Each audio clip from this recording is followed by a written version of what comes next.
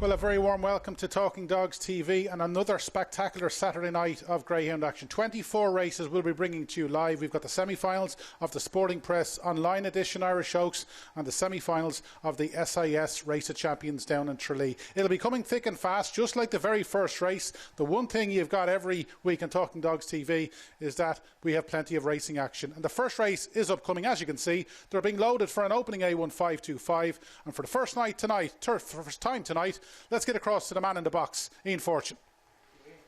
Yep. Thanks, Rob. Up in my box this evening, 12 great races to look forward to here at Shelbourne Park. We'll keep abreast of the action at Toaster. Also be watching the action from Tralee. Lots to be looking forward to. Meanwhile, they're in traps for the opener. Well, the opening race here this evening at Shelbourne Park, the Hare in Motion, 1 Cricket Bell, 2 Callaway Brosna, 3 Drubby's Yes, 4 Monbeg Leroy, 5 Wayward T-Shot, and out in 6 is Lotus Percy, the Hare. Coming up behind traps, racing, good start by Trap, 2 up the inside, Callaway Brosna, 1 Cricket Bell, and now 5 challenges Wayward T-Shot on the corner, and 2 slips around but can't, gets clipped in behind. Now 5 Wayward T-Shot hits the front from 6 Lotus Percy, 3 Droopy's Yes, showing eye-catching pace, but he checks wide at that point into the third bend. 5 Wayward T-Shot is on by a length and a half now to 3 Droopy's Yes, who's shown loads of pace in this contest. Off the final turn, it's 5 Wayward T-Shot, 6 up the inside, Droopy's Loads, and here comes Trap 3 Droopy's Yes, just guessed there from Lotus Percy in 5 Wayward T-Shot. A lot to like about Droopy's Yes in victory, 29 seconds, but he's good for at least a half a second faster. Yeah, absolutely, and that could be a good sign of things to come, that he's done 29 seconds in a race that not everything went his way, and this track might just be on fire tonight. We'll have a better indication as the night goes on. But as Ian said, Droopy's Yes, we're going to have a replay now, but he was a greyhound who, before this race, he'd only the 4 runs. You see, he was slowly into stride. He has to check early on, and at this stage, if you were on John Lennon's charge, you had to check again around the opening 2 bends. He looked as though he was probably going to have to settle for second or third best, but he hasn't really got going until halfway up the back. He must have checked 3 or 4 times between the opening bend and the third bend, but it's at this stage that he just gets into full stride, and he's challenging Wayward T-Shot around the opening the final 2 bends. Even at this stage, he didn't look a certain winner, but just as the line gets closer, he just starts to motor, and he's done that for John Lennon. That's win number 2 in his 5 starts to date. He had a good trial here at Shelbourne in 1883, which suggests that he was just starting to reach his peak, and it looks as though John Lennon's got a fairly good youngster. Ian, he didn't have everything his own way, but the fact that he's won, it's always a good sign of a dog when he wins despite not having everything his own way.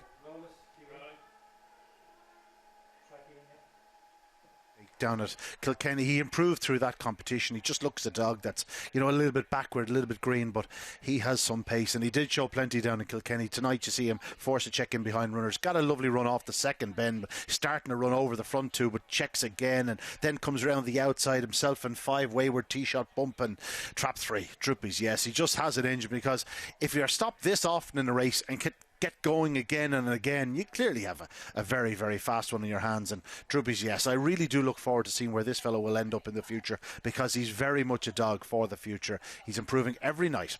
Yeah, good performance there by Droopy's Yes. Great start to the evening's proceedings. Yeah, absolutely. We'll be getting back to Ian in due course. Ian will be keeping up today with everything that happens in Toaster. But we're going to get to Tralee, because they've already paraded for our opening race, as you can see.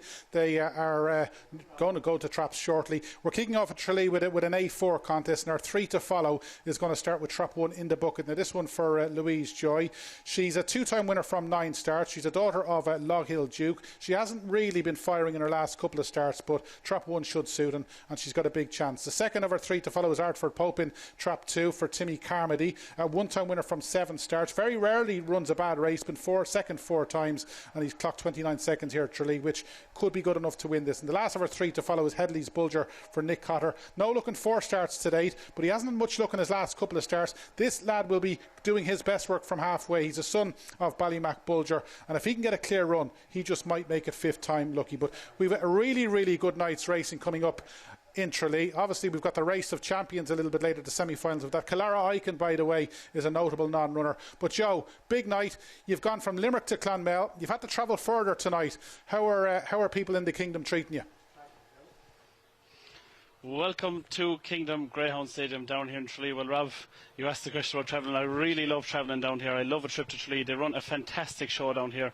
The sun is shining here. It's fantastic weather. And look at the racing we have ahead of us tonight. Explosive Boy bids to repeat his heroics of the Produce Stakes last week. What a performance he put in last week in 28-28. Back down to Tralee a week later for the Race of Champions, and you couldn't blame him. 2 runs for €15,000. It's a magnificent competition year in, year out here in Tralee. Fantastic sponsorship from SIS this year, and it's great to see such a strong card. We also have the novice race, the Kerry Greyhound Stadium Supporters Club novice race, which 2 years ago on its last running was won by none other than Lenson Bucko. We have some tremendous pups to look forward to. But right now in our opening contest, this A4525, it's a going to be very tightly contested for sure in the bucket for Trap 1. Only £54 this pitch, but full of heart. 2 wins from 9. Ardford Pope, as you said, for very, very shrewd trainer Timmy Carmody. Very, very consistent, sure to be there or thereabouts. But the one I like here is Sleepy Connor, of course, for Dan Brazel. Dan, a very, very experienced man, a very, very good man with a greyhound. And this dog, son of Droopy's Sydney, I reckon from Trap 4 could be definitely in the shake-up. Far Dove is owned by Anthony O'Sullivan from a place, one of my most favourite places on this planet, from Ventry. A bit of a drive down Tralee, but may make it worthwhile. A very experienced runner, has 30 starts, but it's another quite consistent start. Greyhound as well. 29.08 on his card in this A4 contest. That kind of run could be good enough to see him in the shake-up. But if I had to pick one, I would probably go for Sleepy Connor here for Dan Brazel, who has a number of runners on the card, and also has a runner for the owner of Boyle Sports, John Boyle, who runs later on in our sprint race. They're on their way to traps, and we're heading to Mike for the commentary.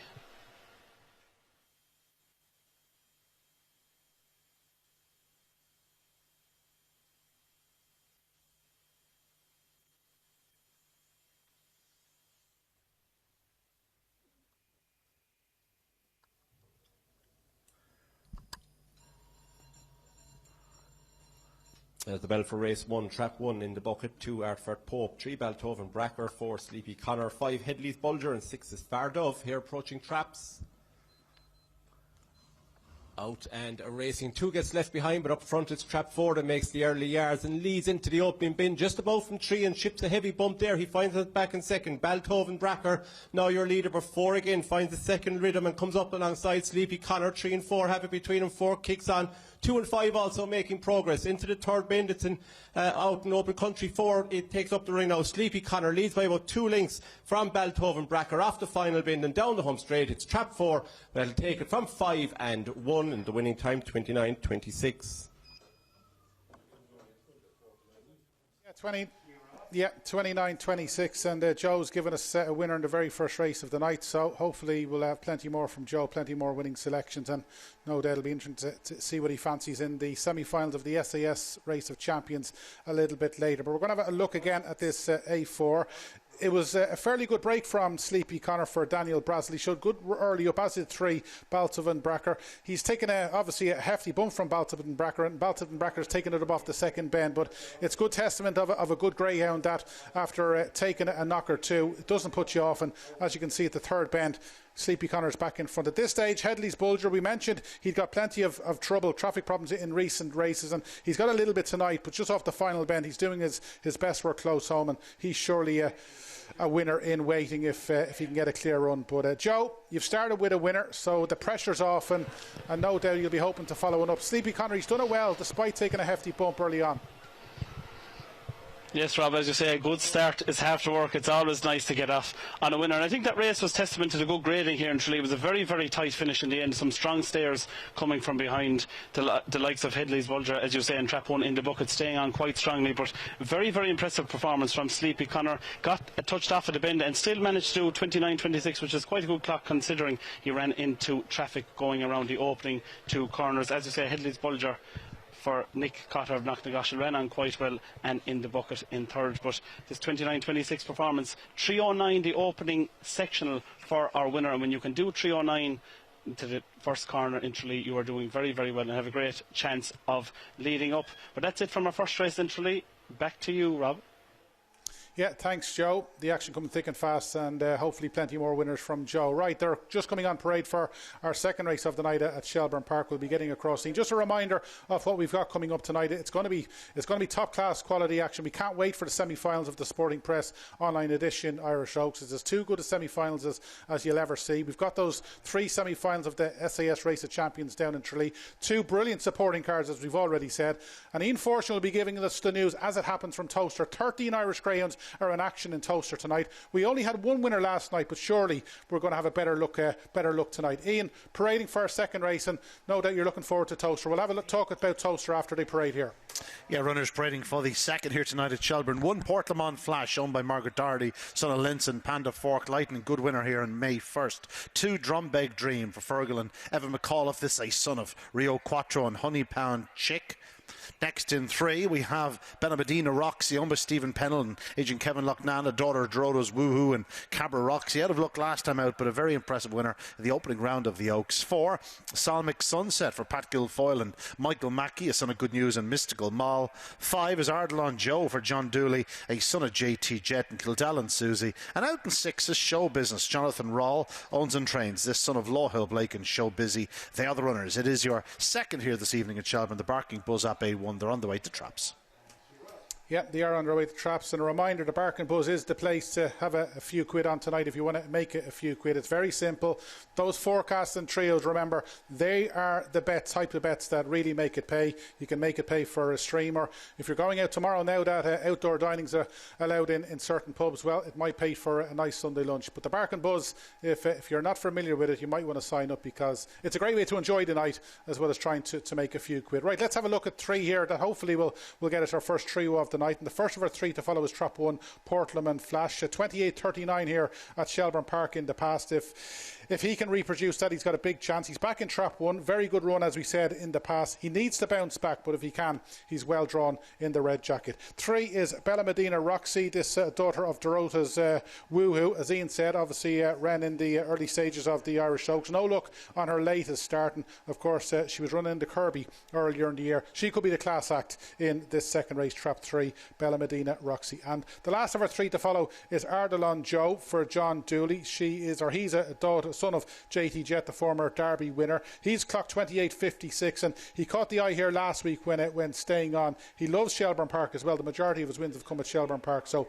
he's got 1. So we'll go for 1, 3 and 5, hopefully, if we're doing the always trio. We probably have a couple of minutes to go until our second race scene, so let's touch on Toaster for the first time tonight. The opening heat is coming up shortly at 7:16. We've got Sweep the Yard and we've got Bull Run Norris. Hopefully we can have a few more winners than we did last night, although 9 of the 16 Irish Greyhounds did qualify last night.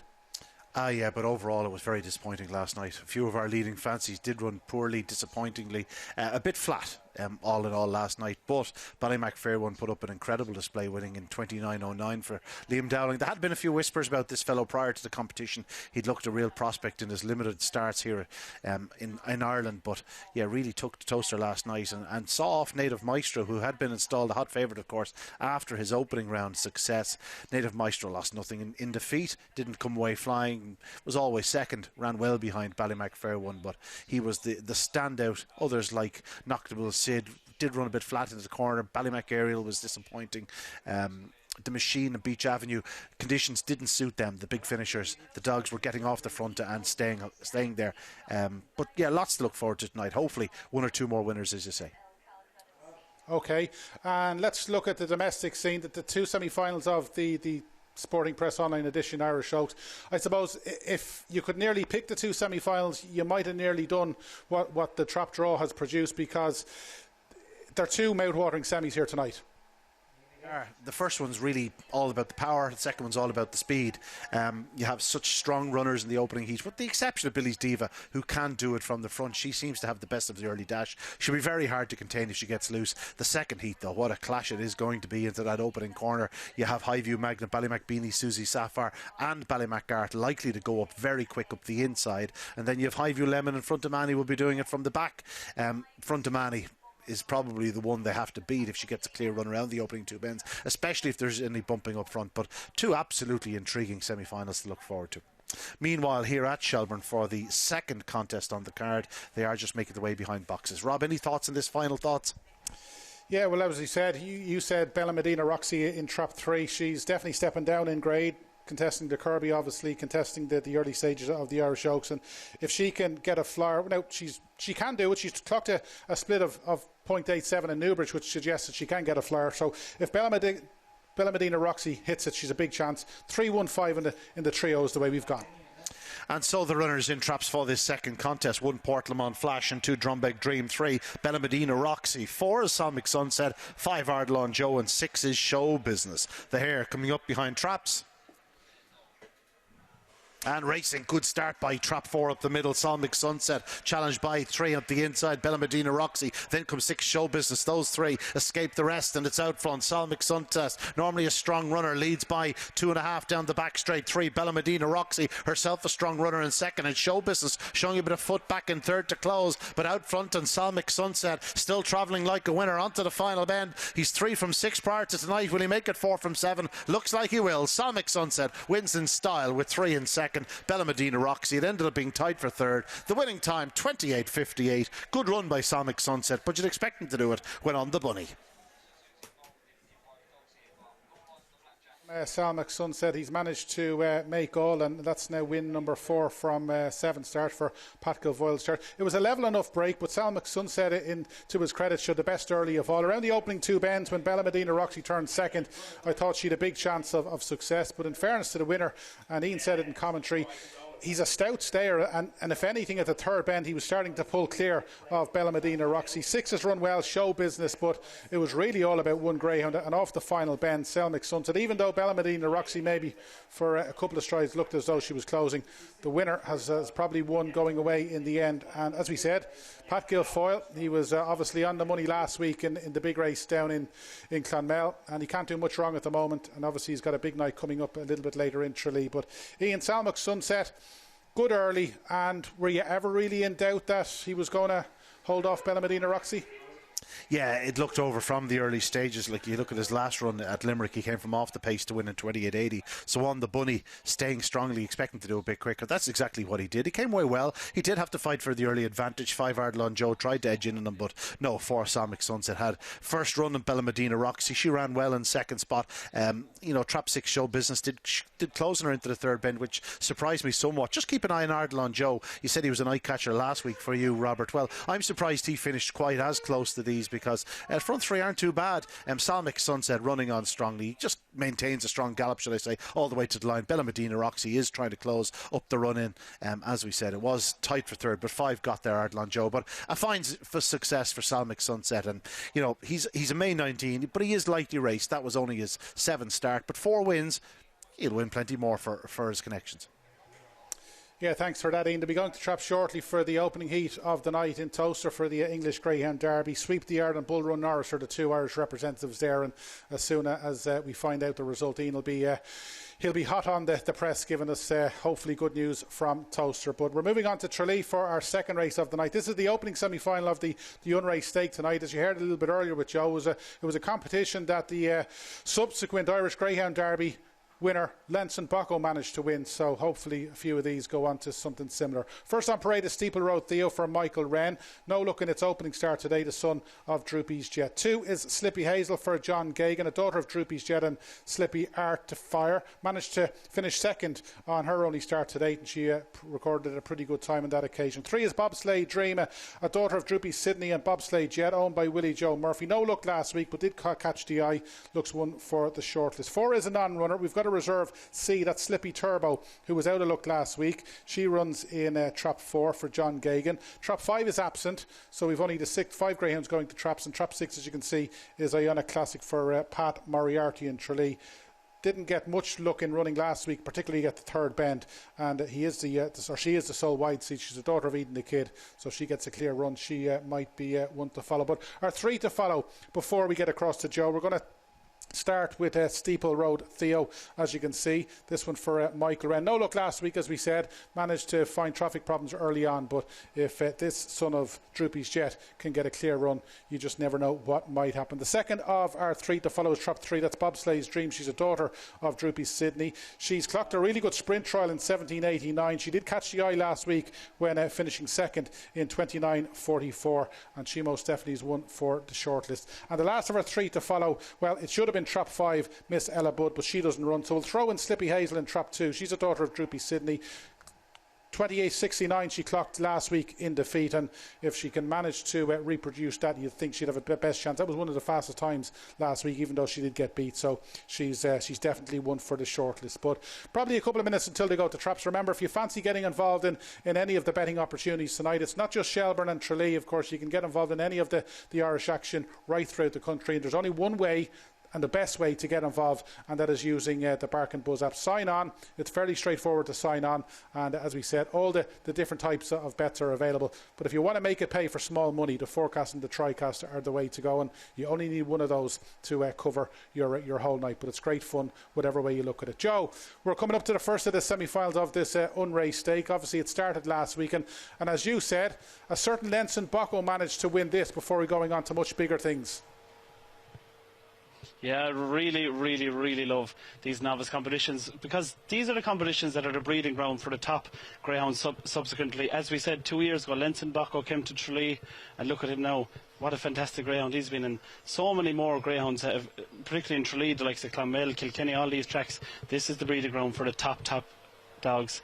And right now in Tralee tonight, we're seeing future classic winners, perhaps, maybe, who knows, going by the performances last week, sure to be there or thereabouts. Slippy Hazel goes in Trap 2 for John Gagan from Atay. A very, very shrewd operator is Mr. Gagan, and this one is closely bred to Slippy Keen, the dam bred Global Liberty in the line, and Global Liberty bred Slippy Keen, and these same connections who had Slippy Keen a number of years ago. They know how to produce a pup. Trap number 4 is also belong to the Gagans. They came in as a reserve. Trap number C, Slippy Turbo. Michael Wren is a very shrewd operator as well, runs Steeple Road here from Trap 1, as you alluded to, Rob. If he gets a clear run, he's sure to be in the mix-up. It's a very, very exciting race. They're going to traps, and we're heading over to our man in the commentary box, James O'Connor.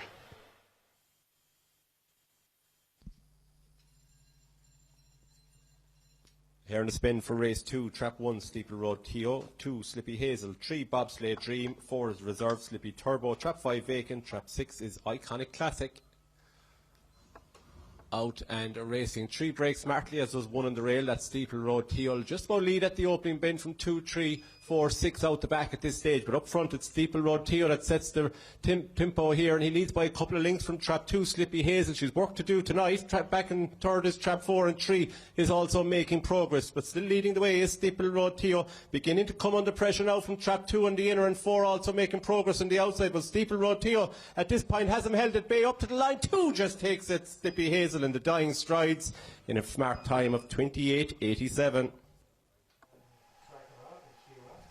Yeah, I think we've managed to get our first trio of the night, which is fairly good. What a finish, and from our early rise it looked as though it was going to be a really good race. Level enough. 3, Bobsleigh Dream broke well, but Steeple Road Theo, just like last week, showed really good early and has led round the opening 2 bends. At this stage, Slippy Hazel looks as though she's got a big chance, because she recorded that 28.69 run last week, but it was Steeple Road Leo who for a long way looked as though he was going to do enough, and he's kicking on again off between the 3rd and 4th bend, but just off the final bend. This is when Slippy Hazel gets a gap up the inside. Bobsleigh Dream is flying as well, but in the end it does look as though Slippy Hazel has got up in the closing strides to beat Steeple Road Theo perhaps and Bobsleigh Dream. We went for 1, 2, 3 in the trio, and hopefully that's the way it paved out. And Joe, if Slippy Hazel has hung on, you're 2 out of 2 tonight. What do you think? 2 out of 2. We're going well, Rob. We're going well. The only way is down after that, unfortunately. That's the reality of it. Great run by Slippy Hazel. Ran on very, very well, and as we said, that lovely breeding that it has, closely related to Slippy Keen, a strong stayer as well, and Slippy Hazel is certainly a bitch with a massive future ahead. We must remember there's 3 semi-finals tonight for this novice stake, meaning only 2 go through from each heat. Normally in most competitions you would have 3 go through, only 2 progress to next week's final. So that's Trap 2 Slippy Hazel, and Trap 3 Bobsleigh Dream for Willie Joe Murphy, which ran on remarkably well as well. It was such an agonisingly close finish, so tight. It was very, very hard to call, and I'm not great calling photo finishes, so I waited for the judge before making any comment. But yeah, Slippy Hazel, very, very impressive. 28.87 the clock, marches onto the final, and sure to be one of the favourites for next week final. Yeah, thanks for that show. Whatever about back in the forecast and the trios, if you just fancy Joe tonight, you might need to get a forecast or a trio. Brilliant stuff from Joe. He's 2 from 2 so far. Ian Fortune, you could take a tip or two from Joe's tipping. Speaking of Ian Fortune, Ian, opening heat tonight over at Toaster. We had 2 Irish representatives. Have you any good news for us? Yeah, Sweep the Yard qualified in second spot. Unfortunately, Bull Run Bolt completely missed the kick, but Sweep the Yard ran a gallant race in defeat, was only 4th around the opening 2 bends, showed great speed down the back straight, went between 2 runners down the far side to move second into the 3rd bend, but Highlight Arkle, another very impressive trap to line winner for the UK. They're starting to get a bit big for their boots. It was a good weekend for them, have no doubt, but hopefully 1 or 2 of the Irish will strike later on, and we'll get a few numbers through. But of course we've lost another one there in Bull Run Bolt, but Sweep the Yard did progress in second spot. Meanwhile, here at Shelbourne Park, the 3rd race in your card is just moments away. They are in 1, Jetstream Emma, Paul Kiley from Mike Freshwater, a daughter of Law Hill Blake and Jetstream Babs. 2 in your card is Tinnock's Phantom, owned by Michael Devereaux, a son of Ballymar, daughter of Ballymac Vic and Glen Lee. 3 in your card, Chicken Legs for Mert Lahey, the Upper Syndicate, son of Lug Hill, Law Hill Bolt and Droopy Sylvia. 4 is Ballymac Juliet, caught the eye, finishing well last week for Liam Dowling, a daughter of Vulturi and Ballymac Breeze. 5 is Bogger Bella for Liam Peacock, a daughter of Vimmerby and Slaney-side Comet. And out in 6 is Tip Top Taylor, so unlucky last week in the Oaks semi-finals, completely walked from traps in this one, owned by Paul Ryan, a daughter of Droopy Sydney and Marlfield Taylor. Longer runs of the corner may suit this lady. It is a 5.75 yard contest. Make sure you remember that. They're on the way to traps. Yeah, and 5 of the 6 here are for the females, so every chance that the females are going to have bragging rights. Right, our 3 to follow. We're going to concentrate on the outside traps here, and we're going to start with Ballymac Juliet, who, as Ian said, really caught the eye last week after early traffic problems. She is obviously dropping down in grade after contesting the Oaks earlier this season. She has proven her stamina. She's won in 31.40 here at Shelbourne Park, but she also has good early pace, and if she hits the lids, she might very well make them all run. Next of our 3 to follow is Trap 5. That's Bogger Bella. This is a daughter of Vimmery. She's another who definitely does her best work from halfway. She is the oldest in the lineup, but a couple of recent runs, especially on May 8th when she clocked 29.90 for the 550, suggests that she might be a bit of value if you're getting involved on the Bark and Buzz app. And the last of our 3 to follow is Tip Top Taylor, as Ian said, another who's come here after contesting the Oaks. She was no match for the likes of Front Armani last week, but the week before that she followed home Ballymac Art in recording 28.51. She completely missed the break last week. If she hits the lids, she may make Ballymac Juliet fly. So it's 4, 5, 6 in the trio if you're getting involved, and hopefully we can follow up that trio from Tralee. Ian, next up in Toaster we've got 2 representatives, 7:34 Boyle Sports Bingo and Unlock. Plenty know about, obviously, her preparation for the Oaks or for the Derby. What a race she ran last week. Yeah, remarkable race in defeat behind Native Maestro. Of course, she's had a litter of pups. She's only had the 1 start since she came back. That was last week. It was such an impressive run. Judging on the track last night, it's going to be hard enough for her to follow that up. It seems to be suiting fast-starting middle runners or inside runners. She's a not-so-fast-starting wide runner, but she has plenty of pace and power. I'd like to see her qualify for the Matthews. They've done a great job in getting her back. Boyle Sports Bingo up the inside. He rarely runs a bad race. There was big complaints about how he moved to the middle of the track last week, and he hasn't been changed seating by the seating panel. But, you know, I've seen him run here at Shelbourne Park countless number of times. I've never seen him move to the middle from the inside, so I'm willing to give him another chance to go up the inside rail. It'd be interesting to see how the English runners run in it. The likes of Deadly Missile, who of course was a juvenile derby runner-up here last year in Shelbourne Park for Mark O'Donovan, now trained in the UK by Jane Meek, of course, wife of Tony Meek, who has won 2 English derbies in the past. He said last week in an interview that this fellow would improve greatly, and I think he could go very well. And they're all talking about Coney Wonderland, a big challenger in Trap 4 also. But here at Shelbourne Park, they are going towards traps for this third race. It's a 575-yard contest. 4 Ballymac Juliet and Tip Top Taylor are the obvious pair in terms of, you know, their runs last week or in the last 2 weeks. Tip Top Taylor just came out in her belly last week, so you have to forgive her that run. She's likely to go up fast on the outside, could well set a gallop. Ballymac Juliet should appreciate the step back up and trip. Tinnock Phantom is an interesting runner. She stays a bit further. She just is one of those where she's a strong gallop throughout. So I'm going to stick with the even numbers. I'll go maybe 6-4-2, 4-2-6, that sort of way. I'll go with 6-4-2.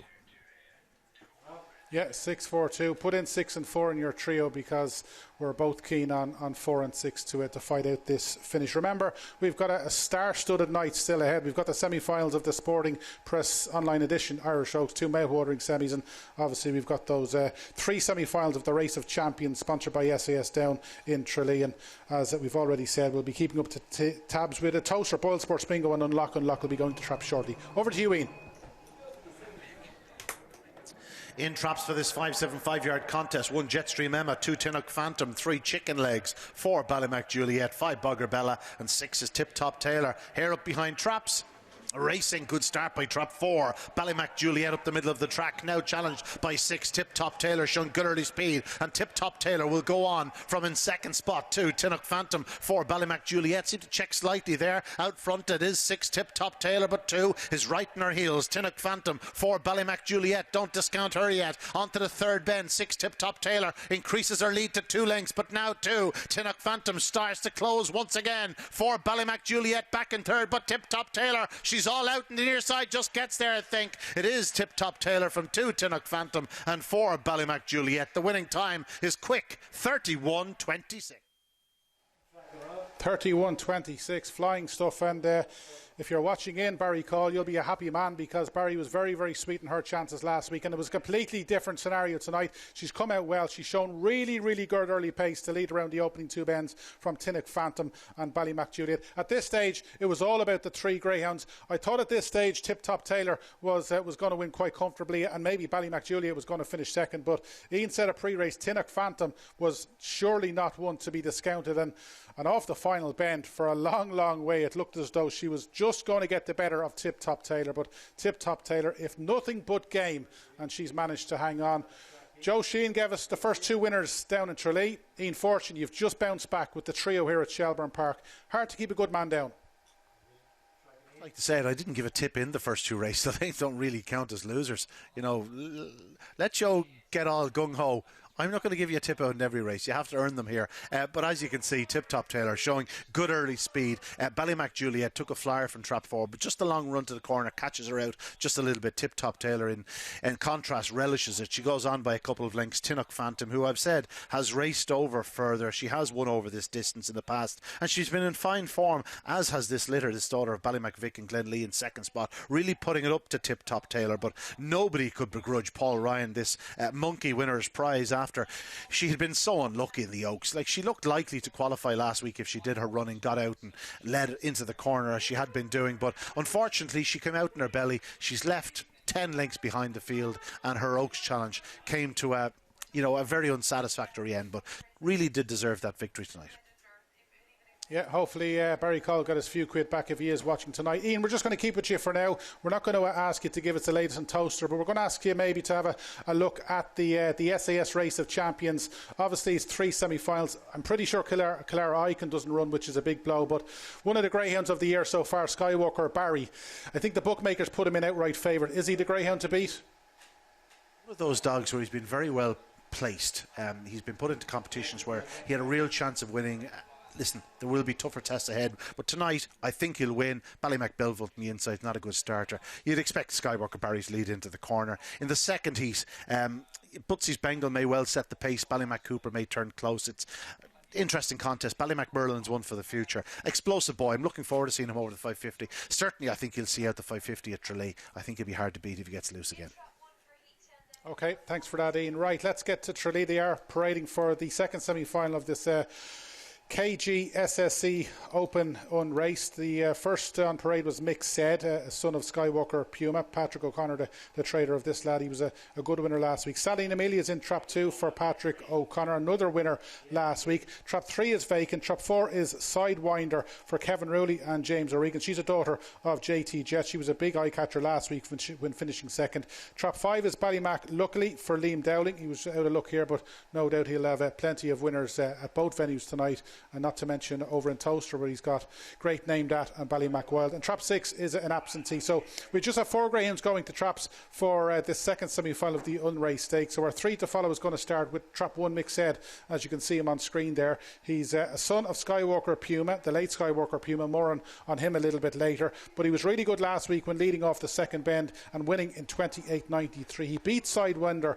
by a couple of lengths on that occasion, and he's bidding to make it a 2 from 2. Like last week, he is in trap 1, which could be a big advantage. Selena Amelia is next for Patrick O'Connor, also a winner last week. She's a daughter of Ballymac Vic. She also took it up off the second bend. She went faster than Mcgee when recording a winning time of 28.69. She probably is the one to beat. And the last of our 3 to follow, obviously with 4 runners, you'll be hoping we get the first 3. Sidewinder in trap 4 for Kevin Rooney and James O'Regan. No luck last week, but this daughter of JT Jet, after finding traffic problems at the second bend, absolutely flew home to finish behind Mcgee. And if she gets a clear run, I'd say Connections are probably hopeful that she could reverse the placings with Mcgee. But Selena Amelia to beat Sidewinder and Mcgee, hopefully in that order if you're getting involved in the trio. Joe, we've only got the 4 here, and the one that didn't make the 3 to follow is Ballymac Luckily for Liam Dowling, which mightn't be a wise decision, leaving out Liam Dowling down in Tralee.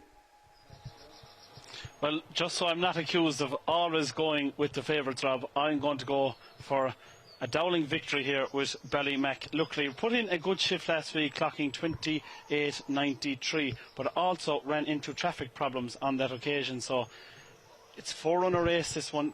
If it can get a clear run, I reckon if it can open up, it's an 80-pound greyhound, and absolutely massive. It can open up and get a bit of clear space in front of Ballymac Luckily, owned of course by Father Morris Brick from Castle Island. Look at the breeding of this greyhound as well. Its dam was a class bitch. Ballymac Sarah Joe won the Barry's Tea Open 750 down in Cork. This is their first litter, and very exciting indeed. But as you said, the inside runners probably trap 2 should justifiably start favourite here. A great run from that lady last week, 28.69 the clock, trained of course by Patrick O'Connor, one of the top trainers in the country, and he is a very, very strong hand in this novice sweepstake. Mcgee for the Power Gen Syndicate of Tarbert was also very impressive. Now the key difference here, 14.72 to the bend from Mcgee. Last week trap 2 Selena Amelia did 14.48. They were doing the same clocks coming home, which is 14.21, which is, if you're doing 14.21 coming home in Tralee, you're staying quite strong. So these inside runners are certainly staying strong. But I think the difference between the two of them could be that early kick and that run to the opening couple of bends. Side winner, of course, for James O'Regan, of course, who was a very, very talented trainer as well. Ran into a bit of traffic as well. 17.70 for the sprint, and you can be sure this greyhound can run. I'm going for Ballymac Luckily for the win. I know it's an outsider, but I had to change it up, Rob. We're heading over to Amelia, 4 Sidewinder, and 6 is Ballymac Luckily here approaching traps. We're out and racing all dogs quickly away. Trap 1 shows a good early foot, but trap 2 now takes up the running the bitch into the opening bin, and she's clear by a couple. They're lining up behind. One is badly balked and is out of it, but leading the way is Saline Amelia. Leads by 3, extending to 4 now into the third bin from traps 5 and 4. 4 beginning to make an impression. Sidewinder closes the gap slightly between the final bins, but Saline Amelia still leads the way here, has a healthy advantage off the final bend. Up the home straight, 2 takes is Saline Amelia from 4 and 5. The clock, a very fast 28.55.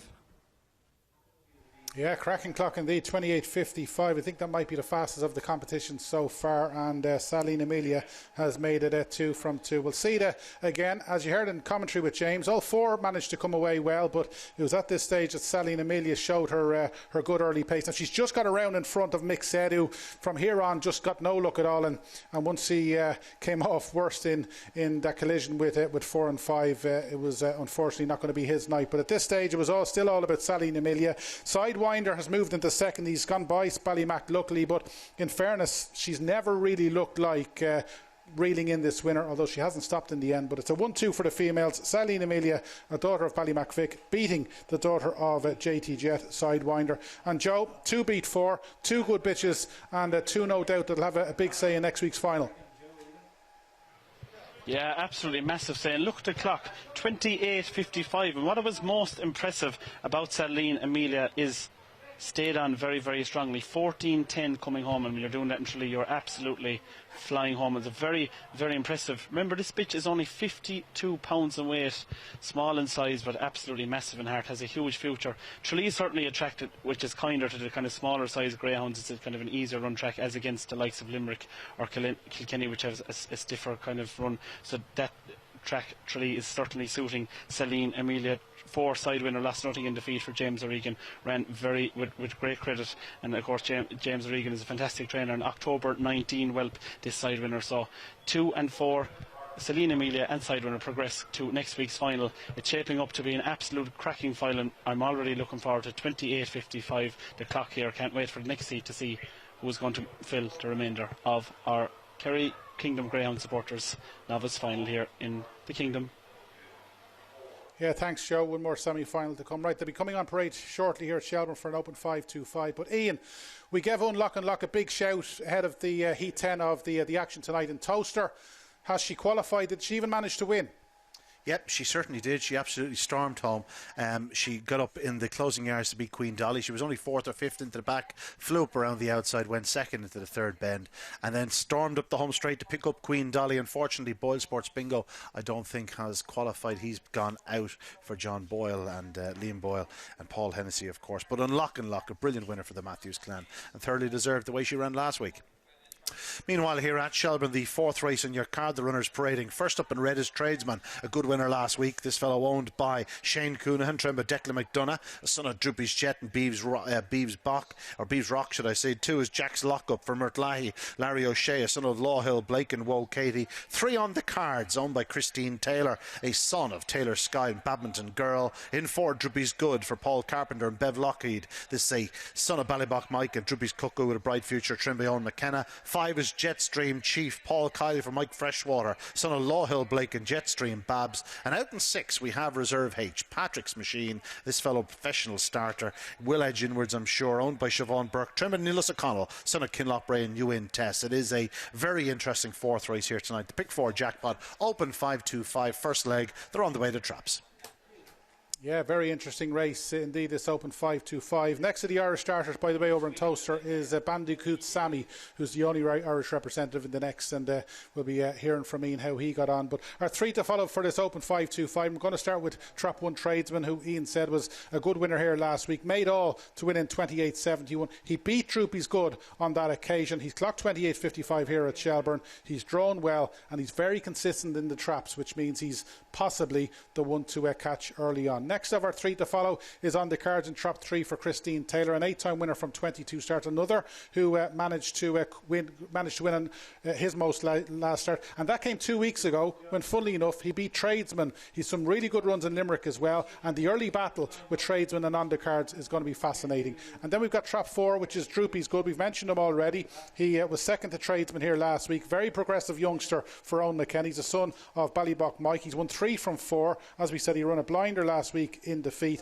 If he gets a better break, could he reverse the placings with Tradesman? We'll have to wait and see. But 1, 3, 4, not entirely sure of what way they're going to finish, but it looks a solid option if you're getting involved in the trio, and hopefully it won't be too much longer to go. Ian, we've seen a few of these greyhounds already on Talking Dogs TV in recent weeks, and this is a potential real buckle coming up. Yeah, a lot depends on what Droopy's Good does at boxes. He hasn't been the fastest from traps, but he is real speed, this fellow. I have a feeling his future will be in the UK. He looks natural for the likes of a Yarmouth or Sunderland, places like that. Showed great speed in defeat last week behind Tradesman, but at the same time, great credit must go to Tradesman. He is a professional. He's 6 wins from 19 starts. He's likely to go up fast. He could well get first run again on Droopy's Good. Off a level start, I'd fancy Droopy's Good, but as we know in greyhound racing, it's not always off a level start. On the cards has been in very good form also, and you have to mention Jack's Lockup, a good winner last time out. He's a very well bred youngster out of Woe. Katie herself was a bit of a star, lightly raced, but stepped up considerably in previous form last time out to win an A4. This is hotter, but you must give it a chance. Patrick's Machine will go up fast on the outside. It's a competitive little affair, but if Droopy's Good does do things correctly, he'll be very hard to stop. He's a dog I think has a very bright future. Okay, just a recap last night on Toasterine before they go to traps. We've mentioned, obviously, we'd only one winner, but it is a case of just qualifying. And Beach Avenue, I suppose, a lot of people were raving about him again because he's flown home after probably giving himself a lot to do. Yeah, I have to say, I thought it was just a good display without being a great display in defeat. There's no question he's certainly one that's going to keep progressing. He's not quite showing the same dash and swagger that he did show here at Shelbourne Park in the Easter Cup and the Shelbourne 600, but it's also worth remembering it was only the second round. He did qualify with ease. I'm sure Paul Hennessy has plenty left in the locker. He had those 4 weeks off prior to the English Derby, so there's better to come from him, and I know if I was his owner or a connection, I'd be more than delighted with his progress. He's a dog that could easily be in an English Derby final in a few weeks from now.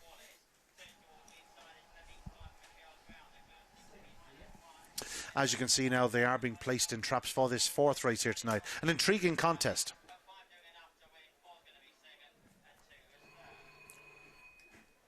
There is the bell. The runners in 1 Tradesman, 2 Jack's Lockup, 3 on the cards, 4 Droopy's Good, 5 Jetstream Chief, and 6 is Patrick's Machine. The hare coming up behind traps for this fourth race. And racing, good start by 6 on the outside. Patrick's Machine, what a professional he is. Can't quite get across Tradesman, forcing his way to the front and goes on, and all of a sudden Tradesman looks a certain winner because he's gone on by 5 lengths to a non-finisher, shall we say. Patrick's Machine, Droopy's Good back in third out of the pack, but it's all about 1 Tradesman. He's going to win in fine style, it seems, for Shane Coonan and Declan McDonough. This fellow turning into a bit of professional. Another trap-to-line victory for Tradesman. Wins well. Second is 6. Patrick's Machine looks like 2. Jack's Lockup grabbed third. The winning time, it's faster than last time, 28.58 for Tradesman. Yeah, 28.58. He's done the exact same time as Salmick Sunset did a little bit earlier. And as Ian said, the early buckle was going to be the key here. He never seems to miss it. Now, he's come out okay, but he's shown really good early. But as has Patrick's Machine, he must be a joy to own. But just around the opening 2 bends, once Tradesman got that rail, he just got the rub of the green. And as you can see, halfway up the back, he's 4 lengths clear of Patrick's Machine. And as Ian said, he was never going to get caught. Droopy's Good. He was involved in traffic problems. He's done well to move into third. But it was all one-way traffic for Tradesman, as Ian said, for Shane Coonan and Declan McDonough. That's now win number 7 from 20 starts, and he's been placed a further 6 times. And Ian, he came away okay tonight, but really, really good early pace, and I suppose being in trap 1 was the key of him getting around in front. Yeah, absolutely. Trap 6 Patrick's Machine did take a flyer and tried to get across, but Tradesman had the early speed to get up the inside, and once doing so, he forced his way to the front on that opening corner and quickly drove into a decisive advantage in a matter of strides. A professional display from a greyhound who's going to be a real money spinner because he is a natural. There's no question about that. He's a really good starter. He's good early speed. He's fast down the back. You know, he did come back to them a little bit tonight, which surprised me somewhat, but still wins comfortably in 28.58, and that's after bringing his win total to over €3,500. Not bad for a dog that probably has yet to win a competition or a major competition of any real note, but certainly there's a competition or 2 out there for him. I have no doubt about that. Tradesman, as you see, left clear off that second bend, or made himself be left clear off that second bend. 6 Patrick's Machine running well in second spot. Droopy's Good not really getting home. He's picked up in third spot, but a lot to like about the winner and the second, Tradesman and Patrick's Machine. 2 professional greyhounds, 2 dogs that you could bring here every Saturday night, and they'll always give their worth. Yeah, we'll be waiting for pictures for Tralee when Greyhounds come on parade. But Ian, just a quick, I know we've looked at the Irish Oaks in general, but we're not too far away from the opening semi-final. We've got Scooby Princess, we've got Ballydoyle Rossa, we've got Billy's Diva. Are they the main three, and how much rope can Scooby Princess give Billy's Diva tonight? She can't give her any rope. You know, if Billy's Diva hits the front, Scooby Princess doesn't pick her up. There's not a bitch in the country that would pick up Billy's Diva if she hits the front. The same could be said for Scooby Princess or Ballydoyle Rossa. If any of those three hit the front, they won't be picked up. But Billy's Diva does seem to have more early speed. That's, you know, that's been pretty evident over the last few weeks. Even though she missed the kick in her first week and the second week, she still showed brilliant early speed to get into a challenging position. Last week she was led into the bend by Ballymacgart, got there in the closing yards, but she's very quick, and I think Billy's Diva is a deserving favourite. Yeah, what a semi-final that is going to be, and it's not too far away. Right, as you can see, race 4 at Tralee is upcoming. They're already on parade for the concluding semi-final of the unraced stake. Ballycone Pet is in 1 for Liam Dowling. In 2 is a non-runner. So we move on to Trap 3, which is Connemara, a son of Skywalker Puma. 4 progeny from the late Skywalker Puma running down in Tralee tonight. 4 is an absentee. 5 is Mahane Sox for Cormac Davern, a little bit unlucky last week. And in 6 is Prime Contender, who managed to catch the eye last week after a slow start. So again, just the 4 greyhounds going to Trap for our concluding semi-final. First 2 go through to next week's decider, and let's go with our 3 to follow. It's only 2 to follow because Trap 4 doesn't run. We're going to start with Connemara for Gavin Johns.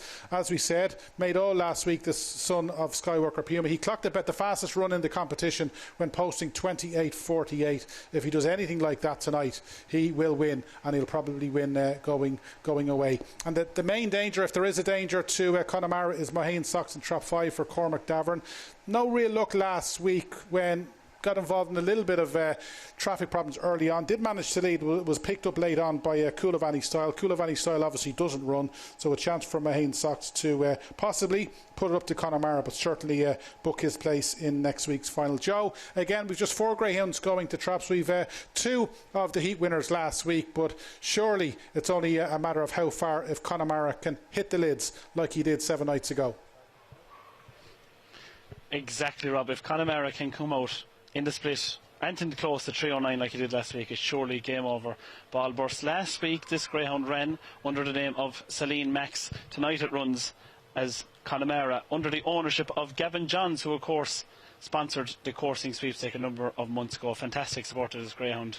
I wonder how much that greyhound cost. A lot of money, I would imagine. Was so impressive last week. 28.48, 14.40 and 14.08 coming home, staying very strongly, and I'm sure Gavin Johns had sections like that in his mind when he was looking for future potential prospects of races for him, because he's staying so strong. If he comes out, as you said, Rob, should be game over. Ball burst. But look at Liam Dowling in Trap 1, Ballycowan Pet, a very, very young greyhound. This one, January 20, so very, very young and sure to be improving. Won in 29.30 last week. Of course, we have 2 greyhounds out of this race, but quality over quantity perhaps in this heat. Coulivanny Style, of course, as we said, is out. Cormac Davern is a passionate young greyhound man from Bruff, and of course it would be great to see him do well here. 3:21 split. We'll probably have to brush up on that a bit, but all them Mohan dogs are known for their early pace and sure to be coming out of the traps that bit better this week. Clocked 29.18 last week and probably has more in the tank. Of course, a homebred, and the dam was very, very open, fast pitch and consistent for Cormac's dad, Patsy. Had a bit of trouble last week. If he can avoid congestion, could be thereabouts. And Prime Contender from Trap 6. This greyhound is another one who is staying very strongly. Came home in 14.10 last week.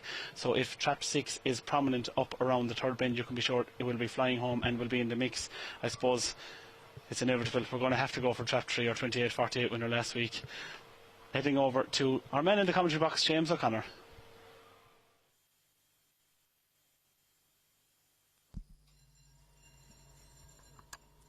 Here on the spin for race 4, Trap 1, Ballygowan Pet, 3, Connemara, 5, Mohan Sox, and 6, Prime Contender here approaching traps. Out and racing. 3 makes a blistering start. Connemara, 5 gone down well alongside. 6 switches to the inside, but they won't be catching 3 at the bin. Connemara leads by a couple now from Trap 5, 6 and 1 brings up the rear. Connemara beginning to turn the screws. They go down the back straight and extends out to 5 lengths into the third bend. He's doing time here. 5 and 6 scrapping it out for a second. 6 impeded. Trap 3, Connemara leads the way here. A very healthy advantage through the final bends and races up the home straight. Connemara stays on for the good win there. 3 from 5 and 6. The winning time, look at that, 28-29.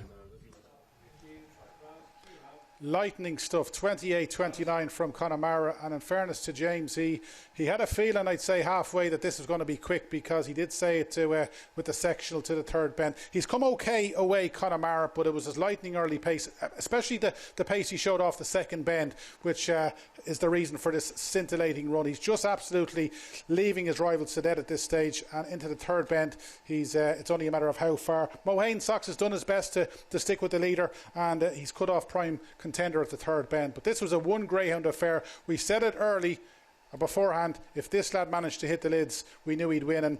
And Joe, to do 28-29, there's no doubt about it, he is the greyhound to beat next week, and he looks a star of the future, a son of Skywalker Puma.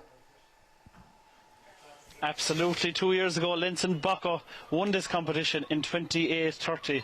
Well, this greyhound is just going to spot faster than that, and my word, what a fantastic performance.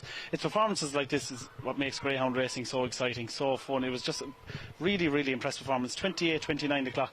Came home from the third bend in 13.98, which is absolutely flying from home. You heard it here first, this dog will stay at 550 and perhaps even further. He is a really, really star prospect for the future. You can chalk it down in the book. Mohaine Sox ran a fantastic race for Cormac Devon, showed great heart to qualify back in second. It's going to be a real fascinating final. You have some top pups going forward to next week's final, going from our performance which we had earlier in our last 2 heats, and it's going to be very, very exciting. But what a fantastic greyhound this Connemara is. And Gavin Johns, if you're watching, well done, fantastic purchase, and very, very best of luck to you and Cormac Devon in the final next week. We'll get the draw for that later on.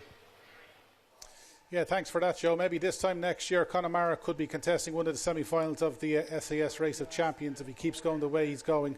There's no doubt about it. He's going to be contesting plenty of major finals. Right, the greyhounds are coming out on parade for a novice 750. We love these novice 750s here at Shelbourne Park. We love them in any track in the country. Some potential stayers to keep an eye on in the weeks and months to come. And the greyhounds are just coming out on parade, Ian, for this fifth race.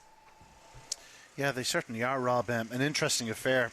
Difficult to sort of really put your finger on one, of course. They are all novice stayers, so very little experience over the distance. But as you can see, the runners parading for this fifth race. And first up in red is Gin Merry, coming in as a reserve for Pat Phelan, a daughter of Paradise Madison, Highview record. 2 wins from 21 starts. Next in the blue jacket is Altmore Nidge, owned by Pat Hanna, a daughter of Drubby's Nidge and Friday's Gemini.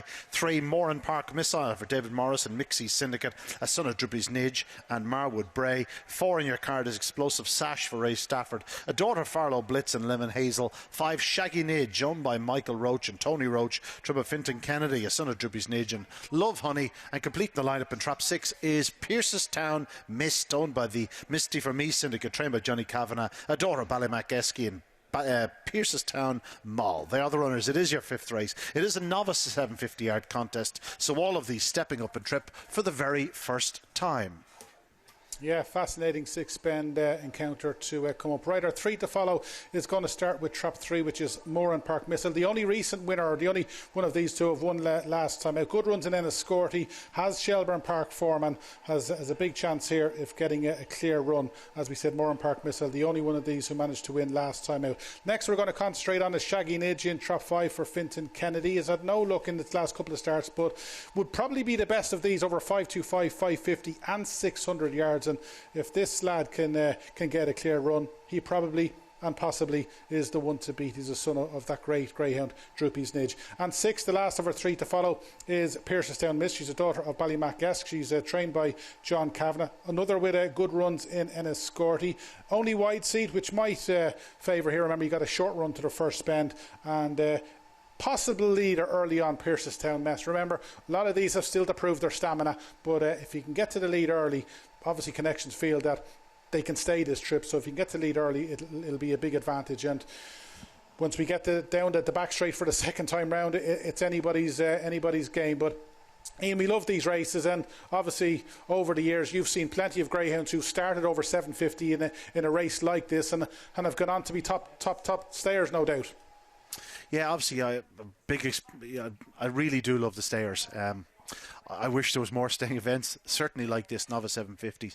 You put on 3 or 4 of these a month and all of a sudden you built up a bank of stayers, and all of a sudden you get top quality staying races then, be it, SO staying races or DO, should I say, or D1, D2, D3, but everybody loves the stayers. It's great to have on a card. It's a great way to finish off with nice racing, or even just to add a bit of more excitement, a bit more variety to the card. But yeah, really looking forward to this. I'm giving one a chance here, the reserve, Gin Mary. Just 1 or 2 of her lines of form would suggest that she probably is wanting a bit further. Shaggy Nidge is another one that would catch my eye, but again, it's very hard to know which of these will really stay the trip. But Trap 1, Gin Mary, would be my selection. As you can see, they are just making their way behind traps. Robert, just to let you know that I believe the Irish have just had another winner at Toaster. Bandicoot Sammy winning for Robert Gleeson. It was in a contest where there didn't seem to be an awful lot of early speed. I didn't actually see the replay, but he did come home clear. I'll have more details on that in a few minutes' time. But great to see the Irish with another one on the board. That's 2 tonight. That's more than we had all last night.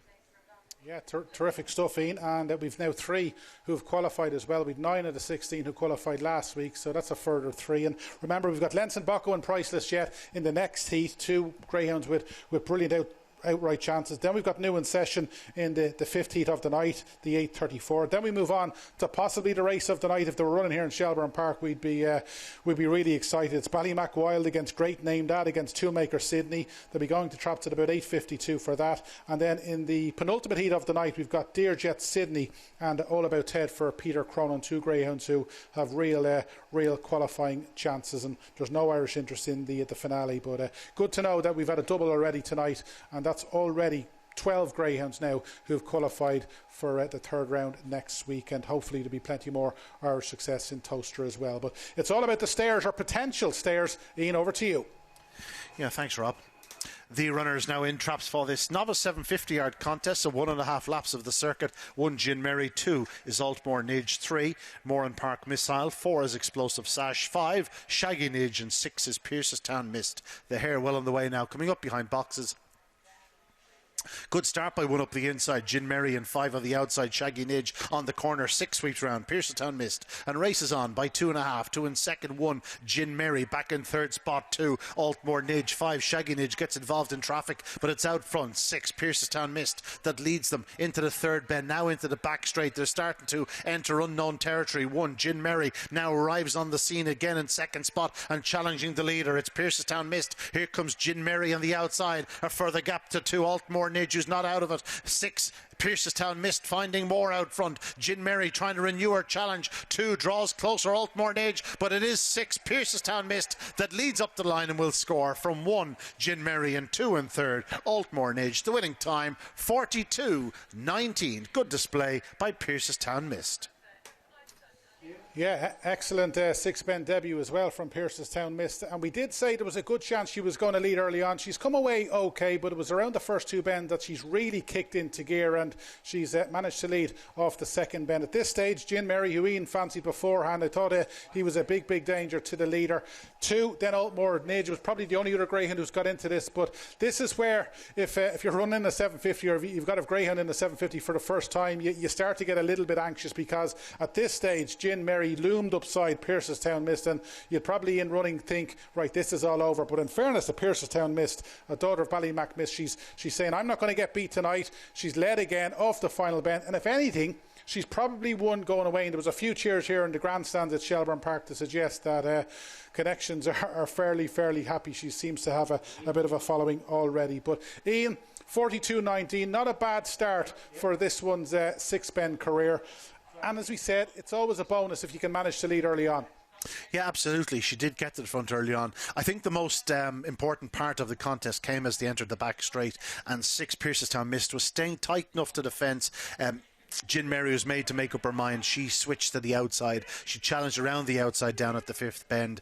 Didn't like to be out there. She is an inside seed. And I think if she had held her pitch on the fence off the fourth bend at this point here and challenged it at the inside at the fifth bend, she might have gone to the front, and that might have been enough. She might have gone on by a couple of lengths to open up a lead. 6 Piercestown missed, as you did say, did come back at them. 2 Altmore Nidge did arrive with a rush into that last bend, but found little up the home straight. But no, in the end, Piercestown Mist did dig in and stuck on to win. Great to see a good 6 bend contest on the card, and it was an exciting one. Good winner though, Piercestown Mist, for Johnny Kavanagh, who, it must be said, has great experience with stairs. He's had some really top class performers over the years. I remember back to the likes of Metric Tiger. He's had some real stars. Yeah, I think it's safe to say the first 3 will definitely be plying their trade over 6 bends for a little while longer. Ian, we've had a look at the opening semi-final of the Irish Oaks. The second semi-final, we've got the defending champion Ballymacbeanie, but she's taken on Front Armani again. And Front Armani, to do what she did to with the defending champion and a greyhound with the class that Ballymacbeanie had last week, to me, was scintillating stuff. Learned nothing new though. We knew how fast she was. If you look back to her Puppy Oaks defeat, she showed unbelievable pace. She came from 10-12 lengths behind to be beaten a length or two. She's stunningly fast.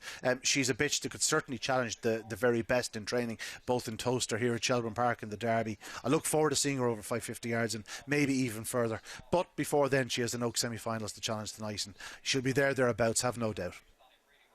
Yeah, thanks for that, Ian. The opening semi-final is about 20 minutes away, so we cannot wait. Right, we'll go back to Tralee. So Talking Dogs TV, A2525. They're parading, as you can see. Ballyjean Josie's in 1, Canty's Forge is in 2, Millridge Kobe is in 3, Treaty Star is in 4, Headley's Cody's in 5, and we've got a reserve in 6, which is Send It Sky, who replaces Slippy Kemp. But our 3 to follow. We're going to start with Trap 1, Ballyelan Josie for Cathy Scallon and Ballynagary. Now, no look in, or when I say no look, no win in 7 starts to date for this daughter of Droopy's Jet, but she's got a favourable draw tonight. She's had no luck in her recent starts, but with Trap 1 in her corner tonight, she just might have a clear run, and if she does, she might be a little bit of value for getting involved in the forecast or the trios on Bark and Buzz, the Bark and Buzz app. Next of our 3 to follow is Treaty Star and Trap 4 for Tony Barry and Donna Daly. Has recorded 28.89 at Limerick, which is the best run on show here. She's a 3-time winner from 16 starts. She was a good winner last week when she was headed, and she managed to come back after leading early. And in fairness to her, she seldom runs a bad race. She's been in the frame 12 of her 16 starts, and if you're getting involved, as we said, in the trio, she's probably banker material if you're putting in 3 greyhound for an all-ways trio. And the last of our 3 to follow is Headley's Cody for Nick Cotter. No looking 5 starts today, but don't let that put you off. This son of Droopy Sydney, again, has had traffic problems in his last 3 starts, but this lad will be doing his best work from halfway. And again, this could be value if you're getting involved in the Bark and Buzz app. So potentially, if the 3 click here, it'll be a big trio on the Bark and Buzz app. But no doubt, after giving us the first 2 winners tonight and a couple of near misses, Joe has got one picked out. Joe, race 5 coming up in A2525 in a competitive race as well. I'm banking on Treaty Star to make it another winner here, owned of course by Tony Barry and Donna Daly of Newcastle West. Treaty Star is a very, very consistent greyhound. As you say, 16 starts, and 12 of those starts have finished in the frame. On debut in Limerick, clocked 28.89, was a very, very impressive winner. And of course, Tony Barry is a shrewd man with a greyhound. Of course, this fella's dam, Treaty Lady, was a very, very strong stare and a very consistent good bitch for Tony as well. So nice to see a homebred here. Was impressive last time out, 28.91. The split coming home was 14.33, and I think with a split like that in this grade should be good enough to stay on and win a contest of this nature. Ballyelan Josie, of course, for Cathy Scallon of Ballingary, a very, very shrewd lady with her greyhounds. I met her out in the car park before the race, and she's in good form and excited about her chances here. We cannot write off trap number 2, Canty's Forge, of course, for the Brazil Syndicate. Very, very shrewd connections of this greyhound. Had some nice ones on the clock as well. Millbridge Kobe, of course, has recorded the likes of 3.12 early split. We could see this one potentially in the mix for leading up, and of course Headley's Cody for Nick Cotter of Knocknagoshel. It's a very, very wide open A2 contest here, and I'm going to nail my colours to the mast with Treaty Star from trap 4 to add to Tony Barry and Donna Daly's winners this year. We're heading to our man in the commentary box, James O'Connor, for the commentary. Here in the spin for race 5, trap 1, Ballyellen Josie, 2, Kenty's Forge, 3, Milridge Kobe, 4, Treaty Star, 5, Headley's Cody, and 6 is Sindit Sky. Here approaching traps. Out and racing 3, breaks smartly, Milridge Kobe, and down to the opening bin, leads by about 2 lengths now from 2, 5 and 4 and 3 and 6 in a big tangle, but 3 leads the way here. 3 to 4 length advantage over trap 2, Kenty's Forge, 1 in third and 5, scrapping to get involved, but up front, well strung out now, trap 3 leads the way, Milridge Kobe, 2 beginning to make an impression through the final bins, also trap 1 on 2's tail, but up front, trap 3 still leads the way, 2 comes with a run on the inside, 1 on the outside, a line of 3 to the line, very close between 2 and 1. 3 in third, winning time. Again, a smart run, 28.77.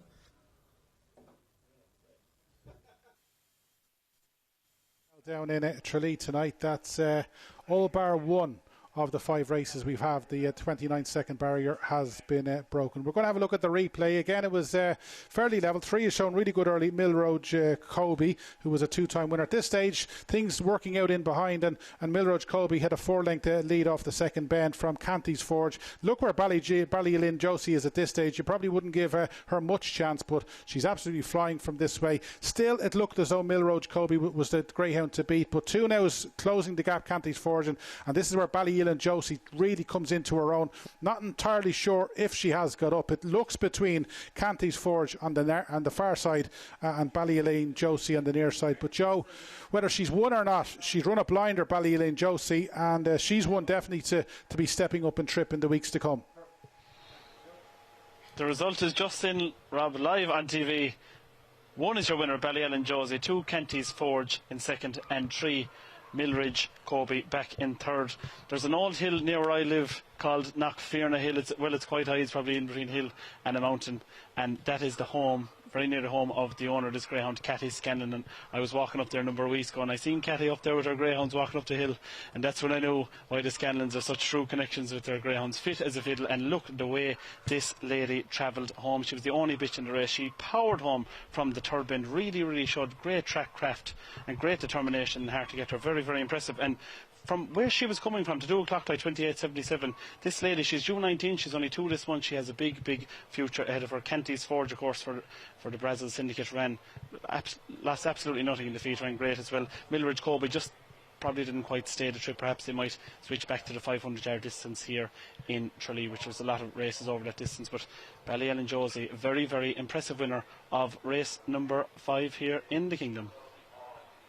Yeah. Okay, thanks for that, Joe. It'll be a few minutes until greyhounds are coming out on parade at Shelbourne. We're getting closer and closer to the big action. But a little bit earlier in the week, you might have heard that the sad news of the passing of the great Skywalker Puma. He's already been on the mark as a sire at Tralee tonight, and he's got 1 runner at Shelbourne in Knockboy Flight a little bit later on. But Skywalker Puma, what a greyhound he was. He was a 16-time winner. Obviously, he was trained by the legendary Matt O'Donnell, and he graced Shelbourne Park here on a number of occasions. But the one night where he shone brightest was a September night here back in 2012. He contested the Irish Greyhound Derby, and this is how he got on. Let's have a look down memory lane. On a way to go, level start. 5 is out well, but 3 Cool Cougar with flashes up to the corner, being joined by Cootie Cree and into the bend. Tara Sugar Ray was very slowly away, and it's Razzle Dazzle George third, but there goes the Puma into third off the second bend, and he's in a major position now as 3 Cool Cougar leads down the far side. 2 Skywalker Puma just gets past Cootie Cree into the third bend, and it's turning for home. It's Cool Cougar, but there's Puma poised on his backside as they come off the corner. 3 Cool Cougar, Puma running wide, but oh, he's so close. I think he gets up. A powerful finish from Skywalker Puma. It's really one for the judges. They're so wide apart. Yeah, brilliant scenes there from Shelbourne Park. And after watching it again for a long way up the straight, I wasn't too sure that he was going to get up or not. But 2 great reasons to go back memory lane and look at that 2012 final. Obviously, the performance of the night. And Ian, your dad in perfect commentary mode. Great performances on and off the track that night. Yeah, Skywalker Puma, he was a real revelation through that derby. He came in as a lightly raced greyhound. He was a dog that caught the eye in a stake here, a 525-yard stake, the Larry Dunn 525. And I remember speaking to the late legendary Matt O'Donnell after one of his races. And Matt, he was a bit of a contrarian at times, and on the night he was sort of refusing to interview, and I ended up chatting him and having a quiet word in his ear, and he sort of said in the chat that night, he said, this is a Derby dog, Ian. You know, and there was no doubt in his mind. Now, this is a man that had already won 3, maybe 4 derbies at that point. And when he said it, you believed it. By God, he was right. He was an exceptionally fast grey, and he's going to be a real loss. And it's only in the last 2 or 3 years that his stud career has really taken off, and we see some real flyers around at the moment. Of course, Skywalker Rory won a ledger for him. But yeah, great days, great greyhound, and sad that he passed, but he got through the ripe old age of 11. So great that he had a great retirement. Down with Brendan O'Neill, and Brendan was telling me that his kids are devastated. He was part of the furniture down there, but he'll be buried on the site, and they'll look after him in his passing. Meanwhile, here at Shelbourne Park, well, the runners on parade now for the 6th race. The Roxy Conaran, open pitch 525, and 1 is Kilpipe Blue. Graham Holland for William Codd, a son of daughter Druby Sydney and Vic Raz. Next in the blue jacket, we have Crogue Hill Annie, owned by Patrick McDonough, trained by John McDonough, daughter of Law Hill Blake and Crogue Hill Girl. 3 is Magical Poppy for Donald Guilfoyle, trained by Pat Guilfoyle. It's a daughter of Confident Rankin and Cabra Twister. 4, Town Penny. Sean Dooley owns and trains this one, along with AJ Dooley, a daughter of Skywalker Farlow Linnea. 5, Kilbannon Psycho for Owen McDonough. This is a son of Droopy's Jet and Droopy's Breeze, also owned by John McDonough. And 6 is Highview Secure for Jerry and Paddy Merriman, a daughter of Storm Control and Highview Idol. It is the 6th race in your card. They're making their way towards traps. Not long left to place your bets. Yeah, an open bitch race. Obviously, the race before the 2 feature races of the night. So that means we're getting closer and closer to the 2 semi-finals of the Sporting Press Online Edition Irish Oaks. Right, our 3 to follow is going to start with Trap 1, which is Kilpipe Blue for William Codd, trained by Graham Holland. He hasn't been on the mark here tonight at Shelbourne, but that's likely to change sooner rather than later. Got to the quarterfinals of the Oaks. Has only won 1 from 12, but that doesn't really tell you the whole story about this daughter of Droopy Sydney. She's got a good draw tonight. She generally runs well from Trap 1, if you can forgive her last week, and she might be a little bit of value if you're getting involved in any of the bets on the Bark and Buzz app. 3 is Magical Poppy for Donald Guilfoyle and Pat Guilfoyle. Pat already on the mark here at Shelbourne Park. She had a very good run in the first round of the Puppy Oaks when she clocked 28.52. She hasn't maybe kicked on since then, but on her best she's got a big chance, and if she hits the lid tonight, she might be the one to catch. And the last of her 3 to follow is Highview Secure for Patsy and Jerry Merriman in Croghan, County Offaly, a 4-time winner from 13 starts. She was a winner in the opening round of the Irish Oaks. She did finish ahead of Kilpipe Blue last week, so if you're looking for a little bit of value, it's a draw worry. She's an inside seat. She's in Trap 6, so she'll need to be at her best from Trap Rise. But we're on to race 6. We're getting closer and closer to the top 2 races here tonight at Shelbourne Park. An open bitch 525 in.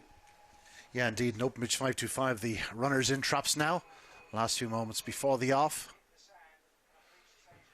And there is the bell, the runners for this 6th race. In 1, Kilpipe Blue. 2, Crogue Hillany. 3, Magical Poppy. In 4, we have Town Penny. 5, Kilbannon Psycho. And 6 is Highview Secure. The hare coming up behind Traps Racing. Good start by Trap 5 on the outside, Kilbannon Psycho. 6, Highview Secure. And 4, Town Penny. It's Highview Secure and 4, Town Penny into the back. 5 is in 3rd, Kilbannon Psycho. But down the backstroke, Town Penny and Highview Secure having a great tussle. 5, Kilbannon Psycho perfectly housed on the inside in 3rd, but out front and still 4, Town Penny. 6 just can't get by her. Highview Secure onto the final bend. Here comes Highview Secure on the outside of 4, Town Penny. Highview Secure will do enough to get there. 2nd was 4, Town Penny. 3, Magical Poppy running on. The winning time 28.75.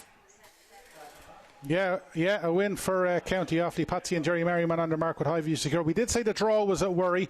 It was one of those races. The 6 greyhounds have nearly got into the opening bend in the liner, or 5 of them anyway. She showed good early, but as Ian said, she just wasn't getting the rub of the green for much of this race, and she just couldn't get inside Town Penny. At this stage, Town Penny is the one to catch. 5, Kilbannon Psycho looked a big challenger heading into the 3rd bend, but still it was Town Penny the one to catch. All the way Highview Secure. She's just trying to get ahead of Town Penny, and in fairness to her, she still managed to be there off the final bend, and once she got a straight line, she was really never going to be caught, because she did win the feat in the first round of the Irish Oaks. So we know she's classy, but Ian, as well as showing her class tonight, she showed that she's plenty of battling qualities, because an awful lot went against her here.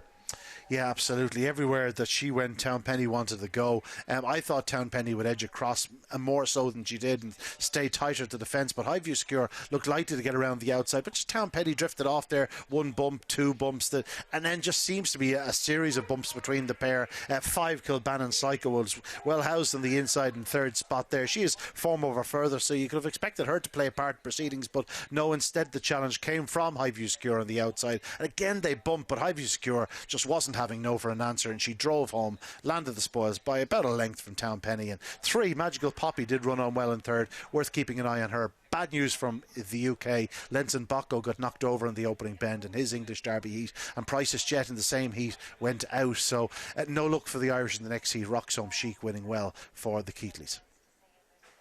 Yeah, not good news indeed. 2 greyhounds who many thought would go all the way, so that's fairly disappointing. We have had a double tonight, and we've already 12 through to next week. And remember, we have the likes of Ballymac Wild and Great Name that's still to come. So we're not done with yet, and you can be sure, hopefully, there'll be more Irish winners on the card at Toaster.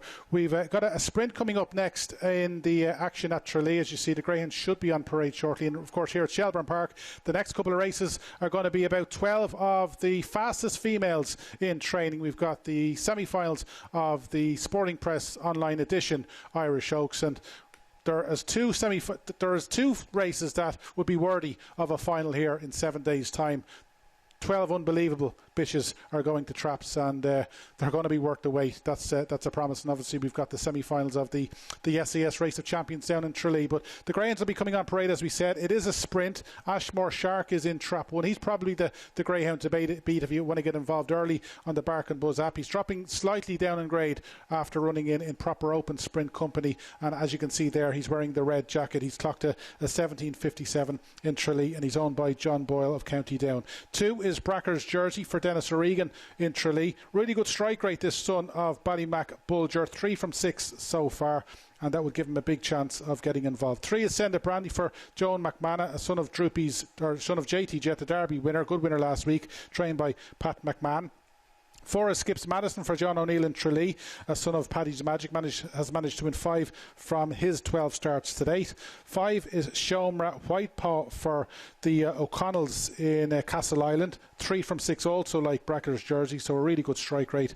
And 6 is Scart Mick for Brendan O'Mahony, this a 5-time winner from 12 starts and the only wide C. But before we go to Joe, we're going to get our 3 to follow. Ashmore Shark is the one we're going to start with. The most likely winner, as we said, is dropping down in grade, was running in proper open sprint company at Tralee, has recorded 17.57, which is the fastest time on show here. He's in trap 1. If he can hit the lids, he will be very, very hard to beat. Next is Bracker's Jersey in trap 2 for Dennis O'Regan in Tralee. Really good strike rate, as we said. 3 from 6 for this son of Ballymac Bulger. Steps back in trip after running over 500 yards in Tralee, and his best form has come over this 3:25 trip, so that's a good omen for his chances. And the last of the 3 to follow is the only wide seed, Scart Mick for Brendan O'Mahony. 5 from 12 so far. Another who seems to save his best for this trip, the 3:25 in Tralee. His last couple of runs slightly disappointing over further, but if he can bounce back to something like his 17.68, given that he's the only wide seed, you'd be a brave person to leave him out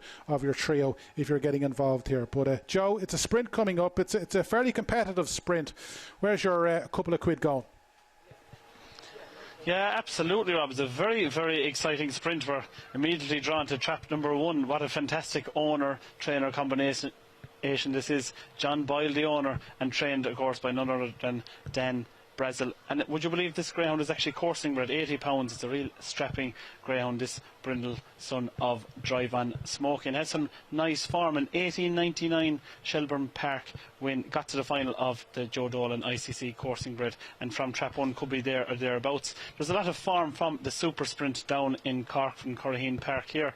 Trap 1, as we already mentioned, got to the second round. Trap number 3, Send It Brandy for trainer Pat McMahon, fresh from his win last week in the Lee Strand. Send It Brandy got to the semi-finals, and also Skips Madison for John O'Neill got to the semi-final of the super sprint down in Cork. So even though it's an SOS1 sprint, it's some real nice types in it. It's very, very hard to pick one here. Dennis O'Regan from Tralee sends out Bracker's Jersey, and this one is 6 races, 3 wins, 50% strike rate, has 1766 on its card.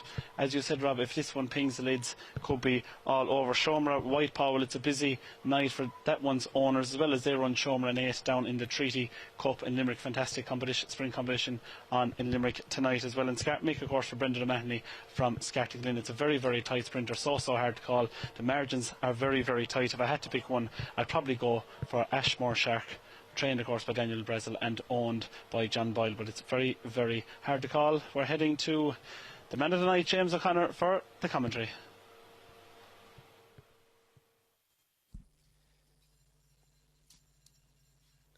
Here to spin for race 6, trap 1, Ashmore Shark, 2, Brackers Jersey, 3, Sinded Brandy, 4, Skips Madison, 5, Schromer, White Paw, and 6 is Scartmick.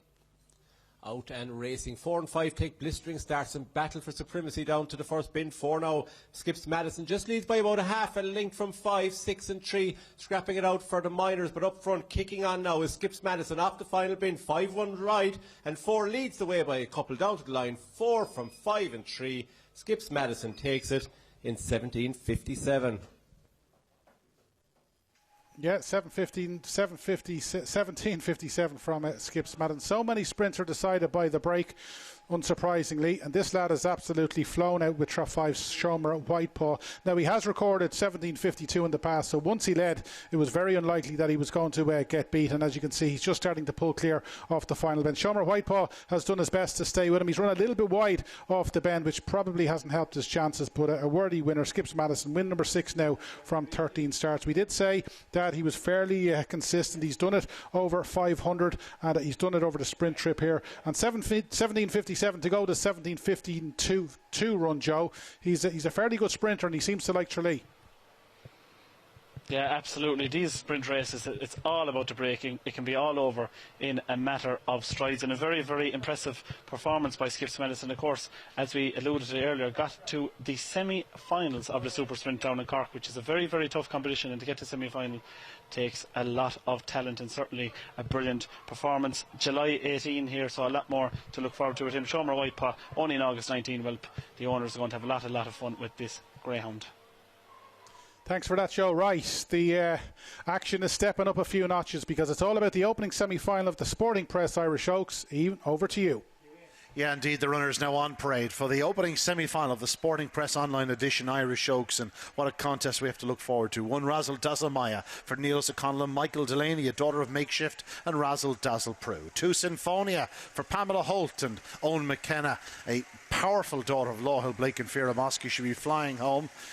Can she turn close enough? That's the big question. In 4, we have Ballydoyle Rossa for P.O. Barry, another powerhouse. Oh, beg your pardon. In 3, Scooby Princess, Steve Noble, Jennifer O'Donnell, a daughter of Ballymackesky and Mount Tiller Queen, one of Ireland's very fastest. 4, Ballydoyle Rossa for P.O. Barry, a daughter of Juby Sydney and Ballymac Razzle, like so many of her opposition here. Another with massive pace and power. 5, Billy's Diva, Maria John Kennedy, daughter of Good News and JT Sahara. And out in 6 is a finalist from last year, Swanley Chick, class animal, trained by Jamie Mcgee for John Edwards, a daughter of Lawhill Blake and Killinen Baby. It's the opening semi-final of the Sporting Press Online Edition Irish Oaks. They are making the way towards traps. There's not long left to place in bets.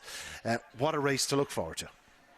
What a race indeed to look forward to. If we were in normal times, you'd have people from all over Ireland coming to Shelbourne Park to see these females in the flesh. This is going to be epic. Right, let's get our 3 to follow. And we're going to start with Scooby Princess. How could you not start with Scooby Princess for Jennifer O'Donnell, the Limerick Oaks champion, semi-finalist of last year's Boyle Sports Irish Greyhound Derby. She was beaten last week by Suvi Sapphire. That was her first defeat in her last 7 runs. She is a flying machine, but the worry is, can she give Billy's Diva a lead?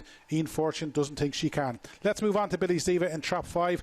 What can we say? What is left to be unsaid about this daughter of Good News? She's unbeaten in the competition. She got to the final of the Easter Cup in the Shelbourne 600 this year. She has got a huge chance, and if she hits the lids, not only is she most likely to win, but she might do the fastest time of the night. And then we move on to Swanley Chick in trap 6 for Jamie Mcgee. She's a 10-time winner from 37 stars. She is a top-class pitch, of course. She's broken the track record up in Dundalk. She got to the final here last year when she finished 4th. She's got a good draw, but she probably needs a career best if she is to lower the colours of Billy's Diva and Scooby Princess. And Ian, we haven't even mentioned Sinfonia, Razzle Dazzle Maya and Ballydoyle Rossa. That just tells you the calibre of this opening semi-final.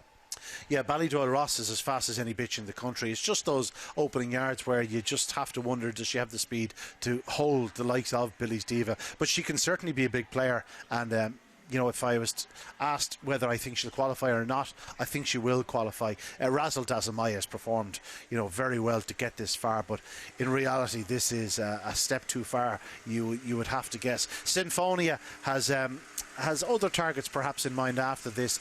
I'm sure they'll be looking to get to an Oaks final with her. She'll be finishing fast, but she's going to have to absolutely hammer home to pick up one of the big and leading lights. She's one for the Corncucullen. I think she'll be I think she'll be leading fancy in the six-bend competition. She's crying out for the step back up in trip. But no, a cracking contest. As I've said, my colours are firmly in the Billy's Diva camp. I think if she does trap on terms, she'll be very hard to stop. If she misses the kick and finds any sorts of traffic, well, she could be in trouble, because if the likes of Sinfonia, Scooby Princess, Ballydoyle Ross, Swanley Chick head her into the back straight, she's going to have some task on her hand passing them. But no, in reality, and what we've seen thus far in this Oaks, Billy's Diva is the most likely pace setter for me, and if she does hit the front, forget about it. Scooby Princess is going to be very hard to keep out of the frame. Ballydoyle Ross at 2. A lot depends on whether Swanley Chick can recapture her very best form. Sinfonia, as we've said, will be staying on strongly, and Razzle Dazzle Maya, while well housed on the fence, she needs her fair share of luck. Cracking contest to look forward to, Rob. And Ian, just on Scooby Princess, we've obviously seen her do it from trap 1 and trap 6 down in Limerick here in Shelbourne. While she's won from 3 and 4, is she maybe better suited that she's when she gets a little bit of room? Is her box. She wants 3 or 4. That's the way she is. When she's on the inside, she drifts to the middle. When she's on the outside, she looks to get to the middle. You know, if you were to pick her box, it would be 3 or 4. The problem with that is if she's early speed in her inside and her outside, it can look like she's been swallowed into a corner. But she's big, she's powerful, she's experienced, she has great track craft, and as you saw last week, she has massive pace to recover when she does get herself into a spot of bother. But tonight, if she did hit the lids, there's every chance she'll lead the 2 on her inside. There's every chance she could hold Ballydoyle Rossa. There's every chance she could hold Swanley Chick into the corner, and then it's just a case of whether she can hold Billy's Diva. She's the main threat because she is capable of that flash start up the middle of the track, but as I've said, Billy's Diva for me. And in a hypothetical situation, hopefully we'll get it, if the two of them were to turn level off the second bend, Scooby Princess and Billy's Diva, who would win in your opinion? Geez, you're really asking me some questions tonight, aren't you? If they do turn neck and neck off the second bend, a lot's going to be depending on where they are at the last bend. If Billy's Diva and Scooby Princess continue to race side by side around the third and fourth bends, they'll clash off the last bend, because one thing that Scooby Princess does every night is she swings wide off the final turn, where Billy's Diva will look to get to the inside. So there could be a clash in that scenario, but you'd fancy, you know, if they swap positions, that if Billy's Diva was in the inside of Scooby Princess, no matter if there was a length or a length and a half in it at the third bend, Billy's Diva would win, because Scooby Princess does throw away that little bit of ground off the final turn.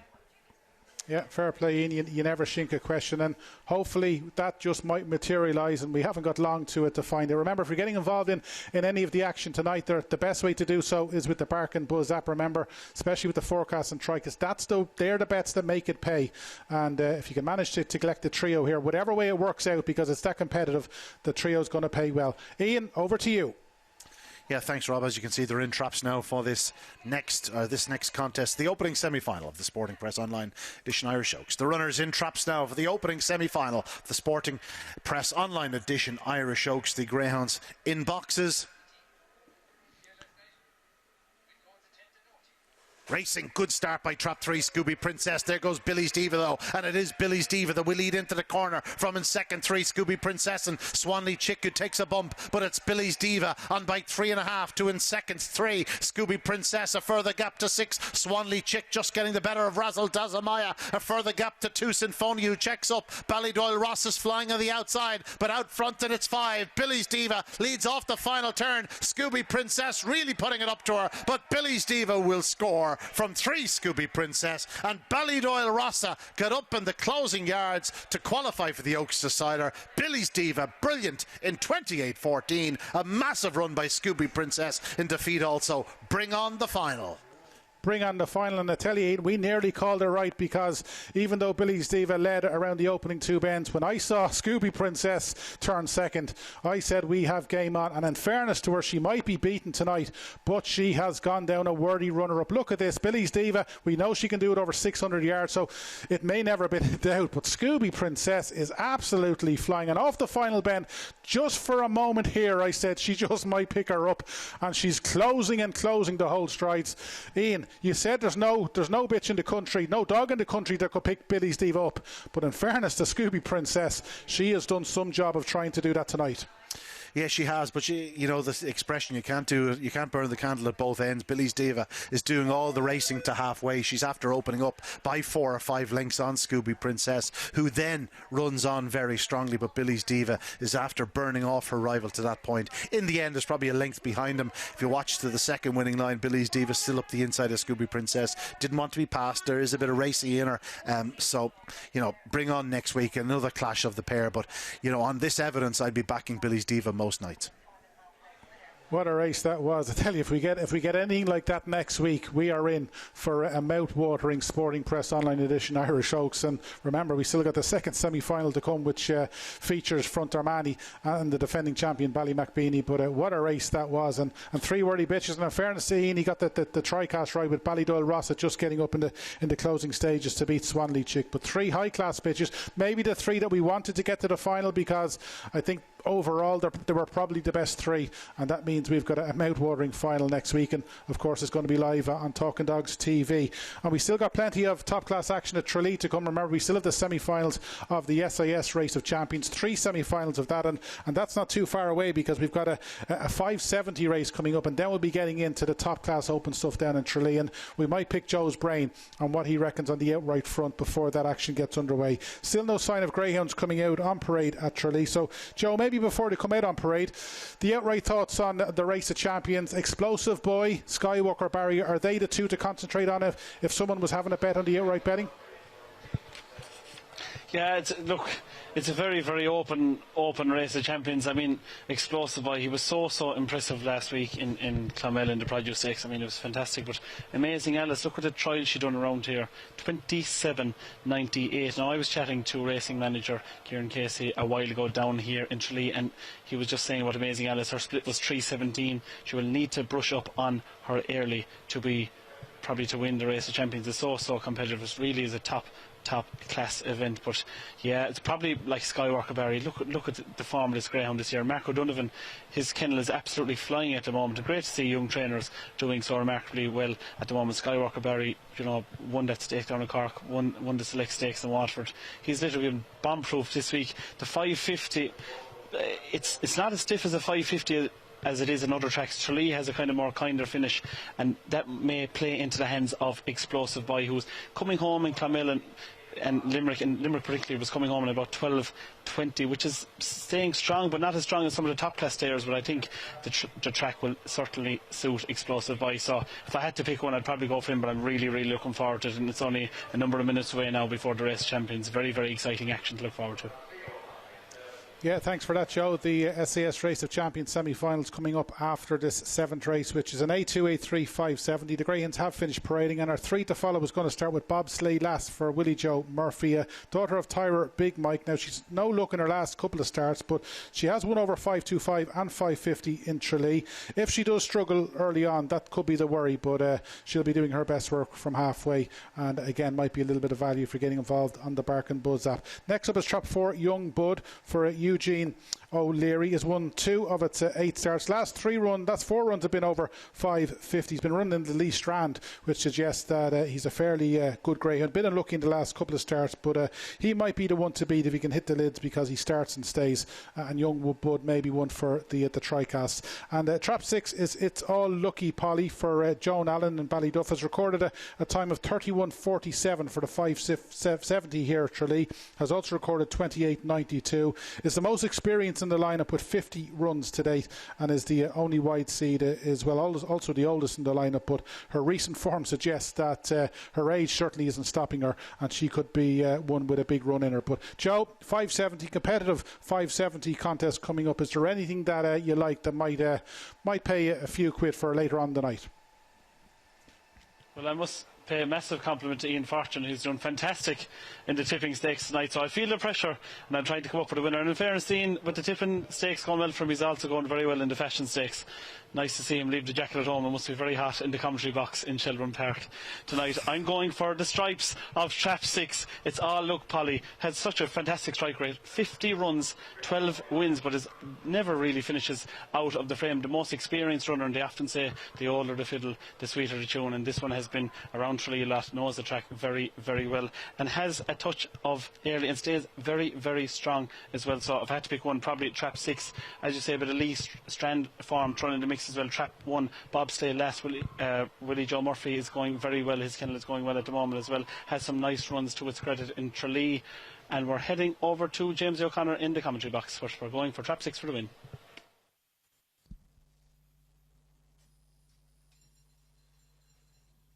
Here's in motion for race 7, Trap 1, bobsleigh last, 2, Westwind Blake, 3, Auckland Jet, 4, Young Bud, 5, Lissy Casey Ron, and Trap 6, It's All Look Polly.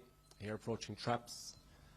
Out and racing. Pretty level start all the way, pretty good. 3 leads the way early on. Long run down to the first bend, of course. 3 now leads. That's Auckland Jet by about 2 lengths from Trap 1, bobsleigh last. And Trap 6, It's All Look Polly, makes up the trio up front. They're well strung out already here. Trap 3 setting a good pace. Auckland Jet still leads by about 3 to 4 lengths now from Trap 1, who needs to start eating into this inroads. Long run down, of course, up the home straight. Second finishing line, but leading the way, Trap 1. Auckland Jet is almost home and hose at this stage, passing the stands. Trap 3, Auckland Jet, healthy advantage in the end. Close for second between 1 and 6. The time a respectable 31.11.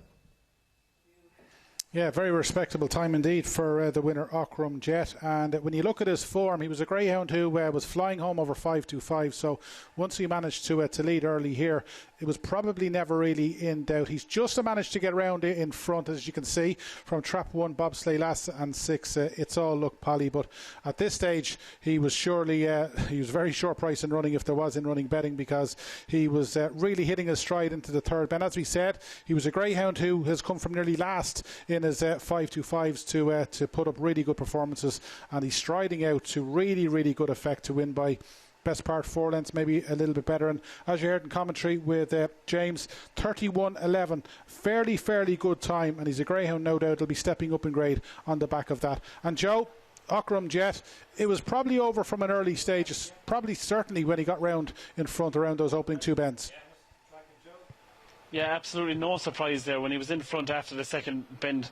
In his previous 5.25 outings here in Tralee, he had come home in a clock of 14.30, which suggests he was staying quite strong. And yeah, absolutely no surprise once he led up the back straight. It was game over, ball burst, and stayed on very, very gamely to the line. The clock was nice, 31.11. Good run from bobsleigh last back in second. And of course, our selection, It's All Look Polly back in third, running a very consistent race as well. Rob, I'm going very, very bad. I started great with the tips. They're gone rapidly downhill. I need the Race of Champions to bring me back up to Ian Fortune's level. I'm really at the bottom of the barrel. Started well and it only went one way down, but we're fighting to come back up. Yeah, I think you're definitely winning the fashion stakes. I like the stripe shirt over Ian's pink one, so you're one up on that front. Okay, we'll be getting back to Shelbourne Park shortly, but Ian, we had 12 through to the next round of the Irish Greyhound, or the English Greyhound Derby, and New in Session was contesting Heat 5 tonight. Any news on how he got on? Yeah, he was second. He held a narrow lead into the corner. Couldn't clear Aussie captain, who we actually saw winning here on Talking Dogs TV a while ago, when known as Ballymac captain for Georgie Road. She's since been sold across to the UK. He led from the opening corner. New in Session just couldn't find a way around him. Beaten, I'm not sure, to be honest. He's beaten a couple of lengths in the second spot. He's there. It was probably even more encouraging than his run last week when he actually won. He just looked so scratchy last week. Seemed to run the place a bit better tonight, but just didn't quite get to the corner. But there's certainly better to come from him. But no, the Irish Challenge is just not quite happening at the moment. This weekend has been a slightly disappointing weekend for us. So hopefully we'll get back on track in the coming heats. We've got 3 more heats to come, and we obviously have 3 big guns in the next one: Ballymac Wild, Toolmaker Sydney, and Great Name That. So hopefully they'll finish first, second and third, get us back on track somewhat. Yeah, we have a good few in the next round. You've given us the 1, 2, 3, but try and give us the winner. Will it be Ballymac Wild? Very good last week, and he's in Trap 1 tonight. No, I've gone with Great Name That actually from Trap 3. Toolmaker Sydney bombed out last week. I've never in my life seen him lead in a contest, and for him to do it 2 weeks in a row, I think might be a bit too much to expect, unless maybe it's something with the boxes over there that he's really taken to them. But no, I'm going to go with Great Name That. I think he might just get first run on his rivals if he came away in terms, and when he hits the front, it's very hard to pick him up. Well, here we are, the second semi-final of the Sporting Press Online Edition. Irish Oaks in one, Highview Magnet, owned by Dolores Merriman, an early-paced daughter of Patsy Sabbath and Highview Idol. Still a puppy, this lady. Next in two, Ballymacbeanie for Declan Byrne and Ciara Varriker, the defending champion, a daughter of Ballymacmat, Coolavani Pet, a real special performer. 3, Susie Sapphire, the Puppy Oaks winner, trained by Owen McKenna, for Peter Comerford, a daughter of Druppies Jet and Jetstream Link. She's brilliant early speed. So too does 4, Ballymac Art, owned and trained by Liam Dowling, a daughter of Ballymac Best and Art of Illusion. 5 is Highview Lemon, Jerry Merriman for Paddy Merriman, this is a daughter of JT Jet and Highview Daisy. New kennel hand tonight, I'd say Skippy Gilbert leading that one out. And out in 6, Front Damani, an absolutely powerhouse, this daughter of Sonic and Rural Aloha, trained by Robert Gleeson, who's had a winner tonight in Toaster, and Kevin Proctor, the owner, a leading fancy out in the stripes. It's your 8th race, the second semi-final of the Sporting Press Online Edition, Irish Oaks, and what a contest to look forward to. What a contest we have got to look forward to indeed. And again, you could probably make a case for 6 here, but our 3 to follow, and we're going to start with the defending champion, Ballymacbeanie. It's so hard to come up with the words for a greyhound like this. She obviously was beaten by Frontermani last week, but that was her first defeat in a long time. We know she can do it. Remember, she got beaten in the semi-finals last year before going on to win the final. She has got a big chance on her best form, but the worry is, can she contain Susie Sapphire early on? Susie Sapphire, as Ian said, the Puppy Oaks heroine, she's getting better and better every week. Of course, she beat Scooby Princess last week. She's obviously trying to follow in the hoof paws or the paws of the likes of Ballydoyle Honey and great greyhounds of like that who did complete the double. She's getting better each week. Obviously, Barry Call was very sweet in her chances last week, and if she can hit the lids for Owen McKenna and Peter Comfort tonight, you'd have to say she's got a big chance of booking her place in the final with a win. And then we come to Front Armani, who for many would have been one of the stars of the show last week. To beat Ballymacbeanie, but to go by her like she did last week was scintillating, of course.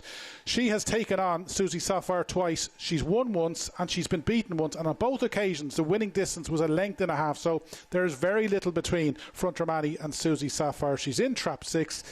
Can she make it a 10th win from the time she's been in Trap 6? We'll have to wait and see, but she's a brilliant greyhound, and she's most worthy of her place in the semi-final, and she could very well be worthy of her place in next week's final. Ian, we were gifted an unbelievable opening semi-final, and there's every chance we're going to get a finish like that here. Yeah, I just hope with the inside quartet all going to the corner as fast as they will be, that there is room to manoeuvre and there's no real traffic problems. We don't want hard luck stories in this contest. We want the likes of Ballymacbeanie to produce her very best, Front Damani to produce her very best, Susie Sapphire, Ballymac Art, even the 2 Highviews have their claims in this contest. It's one of those races where you could seriously make claims for each and every runner. There's no dog you can put a line through. That said, Front Damani is well drawn on the outside to avoid the early traffic and pick up the pieces, shall we say. Ballymacbeanie and Susie Sapphire will both look to flash out from traps 2 and 3. So an intriguing contest. As you can see, they are going to traps. It's a race to savour, a race to look forward to. And so the runners now being placed in traps, the second semi-final of the Sporting Press Online Edition, Irish Oaks.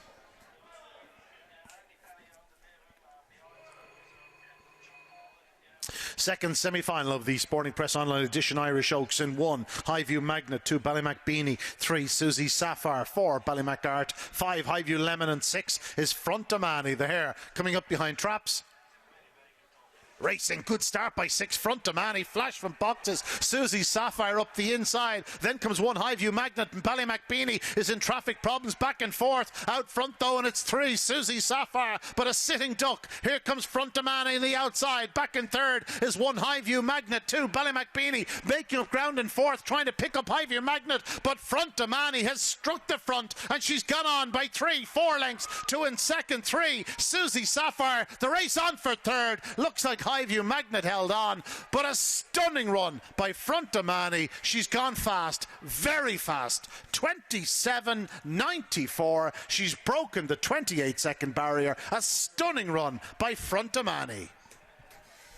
Unbelievable stuff. We knew she was good, but tonight she has showed exactly how good she was, and when she broke like she did, it was only a matter of how far. Herself and Susie Sapphire have come out flying out of traps, as you can see. Susie Sapphire's come out well, but Front Domani, there's every chance she's recorded her best section ever here at Shelbourne Park. Now, we knew Susie Sapphire was more than likely going to lead her off the second bend because she has better early, or maybe better pace to halfway. But as Ian said, unfortunately, she was a sitting duck, and just at the third bend, that's where she goes. And this is all over Barda's kitchen sink. And we knew at this stage there was every chance the 28-second barrier was going to be possibly broken, but she's not just broken it, she's broken it by the best part of a length, and she has destroyed a top class field. Ian, we knew next week's final was going to be good, we were praying it was going to be good, but after that second semi-final, potentially it's one of the best pitch races we've got ever here at Shelbourne Park in waiting.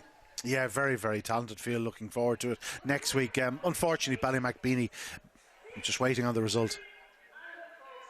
6-3 the photo she calls. She doesn't understand. We're here broadcasting live. As you see down the back straight, Front Domani, she just had too much pace for Susie Sapphire, but that's nothing against Susie Sapphire. It's just Front Domani's an absolute freak. She has stunning pace, 27.94. She becomes only maybe the second or third bitch ever to break the 28-second barrier here. Maybe the third, maybe Ballymac Ariel has certainly done it, and I know Ballydoyle Honey, both of those have done it on more than one occasion, but an absolutely stunning display from Front Domani. 6-3-1 was how they finished. Susie Sapphire running a fine race in second spot, and Highview Magnet is back in third. And you know, great to see the Merriamans with another Oaks finalist. That's only her 8th career start, and she's now into an Oaks final. But what a race we have to look forward to. And again, the draw is going to be of huge importance. We'll get it to you as soon as we have it. Yeah, cannot wait for that draw. And in fairness to the Merriamans, Highview Magnet was running in an A5 in April, and now she finds herself in a classic final. That takes some doing, and full credit goes to the Merriamans in Croghan County Offaly. Right, from top class action at Shelbourne to top class action down in Tralee, the opening semi-final of the SAS Race of Champions. Remember, 3 semi-finals tonight, which means the first 2 go through. Ballymac Belwood is in 1, Skywalker Barry, probably the greyhound to beat, is in trap 2. We've got Own Spice in 3. We've got Amazing Alice, the Cesarewitch winner, in trap 4. Deadly Samurai is in trap 5, as you can see, being led out by Carl Ramsbottom.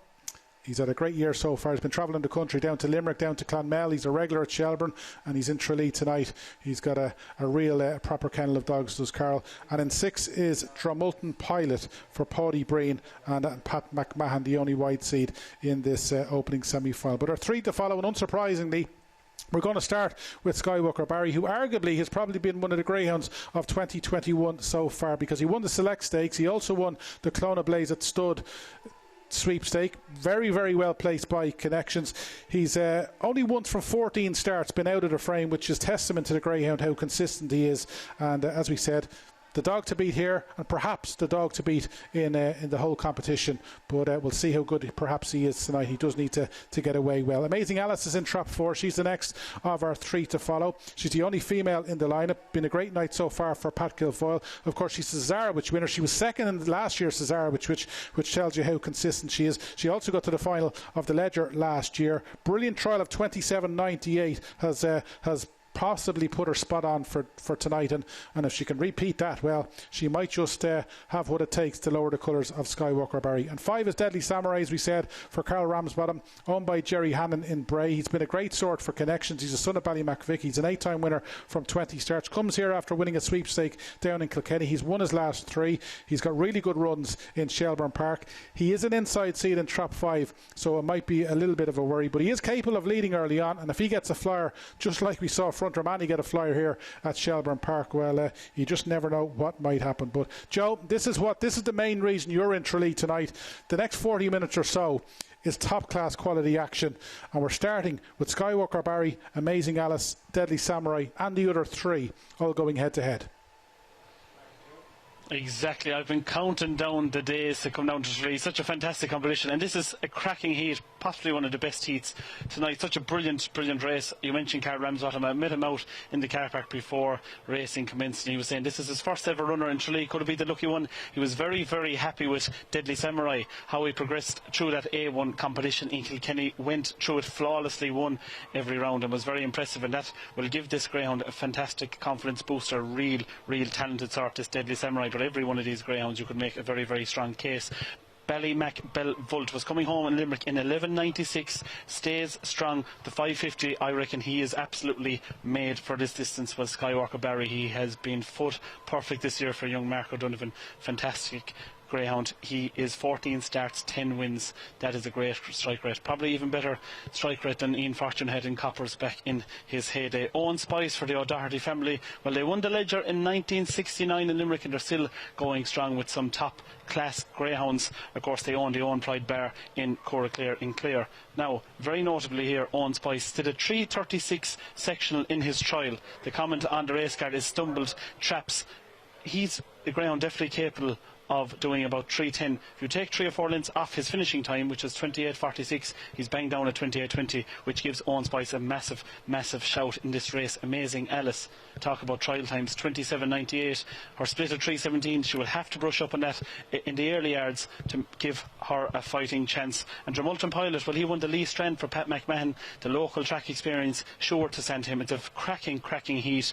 At 8-1, I'm going to have a little flutter on Owen Spice for the win. Ballymacbelvolt to run on strong, and of course Skywalker Barry. But I mean, it's so wide open. We're heading over to James O'Connor for the commentary. All loaded, ready to go for the opening semi-final of the SIS Race of Champions. Trap 1, Ballymacbelvolt. 2, Skywalker Barry. 3, Owen Spice. 4, Amazing Alice. 5, Deadly Samurai. And 6 is Dromulton Pilot. Out and racing. 1 break smartly on the rail. That's Ballymacbelvolt. 5 showing deadly pace of the opening bend. That's Deadly Samurai, and takes up the running through the opening curves. Leads by a couple now from Trap 1, Ballymacbelvolt in second. They're grouping up for the minors back in third position, but up front, good lead here. Deadly Samurai has them all on the back foot. Leads by 3 lengths through the final bins. Revived effort by Ballymacbelvolt sees him getting much closer. It's down to 2 lengths off the final bin. Trap 4 also making progress, but up front holding on is Deadly Samurai at the very close between 5 and 1. 4 also in the mix. We're going to leave that one to the judge. Winning time 29.88. Yeah, 29.88. Of course, it's the 5:50 trip here, and I think James might have been expecting the first line to be in fruition. So that might mean we have a different result to what we were expecting. But we did say Deadly Samurai, despite the fact that he was in trap 5, was a most likely leader if he hit the lids. He's come away well. He showed really good early, and at this stage, he's got a 4-length advantage over Ballymacbelvolt. Skywalker Barry, nothing has gone right for him at all tonight. The same with Amazing Alice. But at this stage, this is where Ballymacbelvolt just starts to eat into the lead of Droopy Samurai. In fairness to Droopy Samurai, he's hugged the rails, but then he's just moved up and he's let Ballymacbelvolt up his inside. And look at trap 4, Amazing Alice, who's absolutely flown home. Obviously, she's a regular over the 600 in Mullingar, having contested 2 Cesaro finals, and she might even have got up to deny Deadly Samurai the second spot. But Joe, we were hoping that was going to be a good race. It didn't maybe materialise as we were expecting with Skywalker Barry not getting involved, but a great finish. Rob, forget about it. I'm no good at photo finishes. Time and time again I've proven I'm useless. Oh, I don't need to be. The result is just in. Trap number 1, Ballymacbelvolt, is up, and trap number 5, Deadly Samurai. Trap number 4, Amazing Alice, is in third. So the result again, Ballymacbelvolt, our winner of the first seat of the Race Champions. Deadly Samurai has come second, and Amazing Alice, trap number 4. I mean, Amazing Alice, look at the way she ran on from probably an impossible position. She showed amazing pace. Ballymacbelvolt, we alluded to it before the race, a greyhound absolutely made for the 5:50 distance, came home like a train. As I said earlier, I met Carl Ramsbottom out in the car park. He was very, very happy with the chances of his Deadly Samurai. It was his first look at Tralee track, had never been around, but Carl was telling me that this greyhound always goes well at his first look at the track, and I'm sure he'll be very, very impressed with that performance. Now, bear in mind, only 2 greyhounds go through from this heat. We have 3 semi-finals, so only Ballymacbelvolt and Deadly Samurai qualify for next week's final. But very, very impressive performance. 29.88 the clock, and I'm sure Ballymacbelvolt will definitely improve from that. So marching on to our final of the Race Champions, trap 1, Ballymacbelvolt, and trap number 5, Deadly Samurai, for Carl Ramsbottom. We wish them best of luck in the final. Yeah, the Conanani Kirby form being advertised again there, and Ballymac Belvolt beating Deadly Samurai. So they're the first two in the hat for next week's final. We will hopefully have that trap draw for the final of the SAS Race of Champions a little bit later in the programme, as hopefully we will have for the Sporting Press online edition Irish show. So can't wait to see that final. We do know Front Romani is going to be, well, we don't know because I think we've two outside seeds, but she's going to be in 5 or 6, and that draw is going to be fascinating. Right, they have finished parading here at Shelbourne, as you can see. They'll be going to trap shortly, so we're 3 to follow for this 9th race. It's an open 5-2-5. We're going to start with Much Debate for Thomas Richardson. 2 from 2 so far for Pat Guilfoyle. 18.39 here for the sprint at Shelbourne Park. That's such a good run. It's topped runs done by the likes of Deadly Big Show here at Shelbourne Park. That is flying stuff, and if Much Debate can hit the lids here, he's going to be a long way clear of his rivals. He's putting his unbeaten record on the line, but he's a very exciting greyhound, and if he hits the lids, we could see a really good time on show. 3 is New in Sheedy. Of course, he's a regular on Talking Dogs TV the last couple of weeks, having won down in Clonmel. He managed to win that stake. He's a 9-time winner from 26 starts. Obviously, he got to the quarterfinals of last year's Irish Greyhound Derby, and on his best form, he's got a big chance here. But if Much Debate hits the lids, New and Sheedy is most definitely going to be needed to bring his A game. And then we've got the lovable Agent Stanley. We saw Skippy Gilbert lead out one of the Merriman dogs in the previous race. Well, he's been leading out his own lad here, and this lad has been given the Gilberts such great fun. Obviously, he got to the final of the Conanani Kirby. He got to the semi-finals of the Produce Stakes. We know he can do it here at Shelbourne Park. He was doing it earlier in the year at Shelbourne Park. But what a greyhound this lad is. He must be a joy to be involved in. He's an 8-time winner from 19 starts. Very, very rarely runs a bad race. And no doubt we'll be hoping a big run is on the card from Agent Stanley. But let's get back to Tralee, because Joe has got a winning connection after our opening semi-final. In fact, it's Carl Ramsbottom of Deadly Samurai, the runner-up.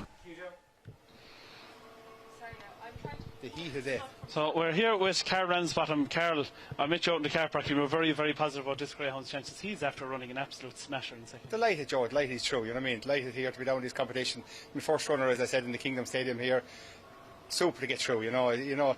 As I said, he pinged out. He did, and he's probably not the best dog to come home. So I know when he turned second, I knew Shane's dog we were in trouble when Shane's dog turned second. But look, we're delighted. Second to do tonight. You know, we're running the final next week. That's where we want to be. He showed fantastic early, and of course this greyhound has shown promise from a very early age. Won the unrace in Kilkenny. He won the unrace in Kilkenny. Yeah, he did. He done a couple of good runs in Shelbourne Park there. I would say the back end of last year, the Winter Festival racing. Lost his form a little bit early in the year. You know, he's a dog doesn't like the cold weather. So look, he came back there and he won a little competition in Kilkenny there. He looks to come back to a little bit of form. Like, he's a big step up tonight from what he was running in Kilkenny back to this tonight. But we're delighted. You know, he's second to do tonight. You know, he's in the final of the future race of champions. That's where we want to be. Carl, tell us, what colour jacket would you love to see in the draw next week? I'd love to see one, Joe. The red jacket. Well, Carl, we wish you the very, very best of luck. Thank you very much, Joe. And his fantastic performance, and hopefully we'll be chatting to you again next week. Thanks very much, Joe. Thank you. Cheers, Carl. Lovely. Yeah, great lad, Carl. He's a regular on Talking Dogs TV as well as Racing Post Greyhound TV, and in fairness, he never says no to an interview, and we wish him the best of luck, not just next week, but obviously with the draw. Right, we're up behind traps here at Shelbourne, an open 5-2-5. Ian, Much Debate, a very exciting greyhound, and you look at his win down at Tralee when beating Pierno, and we know what Pierno's gone on to do, but that latest sprint trial, scintillating stuff. Yeah, very fast indeed. Real eye-catching trial. Just, you know, obviously he's concerned. He's been off since last September. He's clearly a dog that's had his problems. But by all accounts, recent trials will suggest he's fairly sharp. He'll want to be, because Glenquan Pat has stunning early speed. New in Sheedy flash from boxes. Clonmel last time, he'll edge inwards.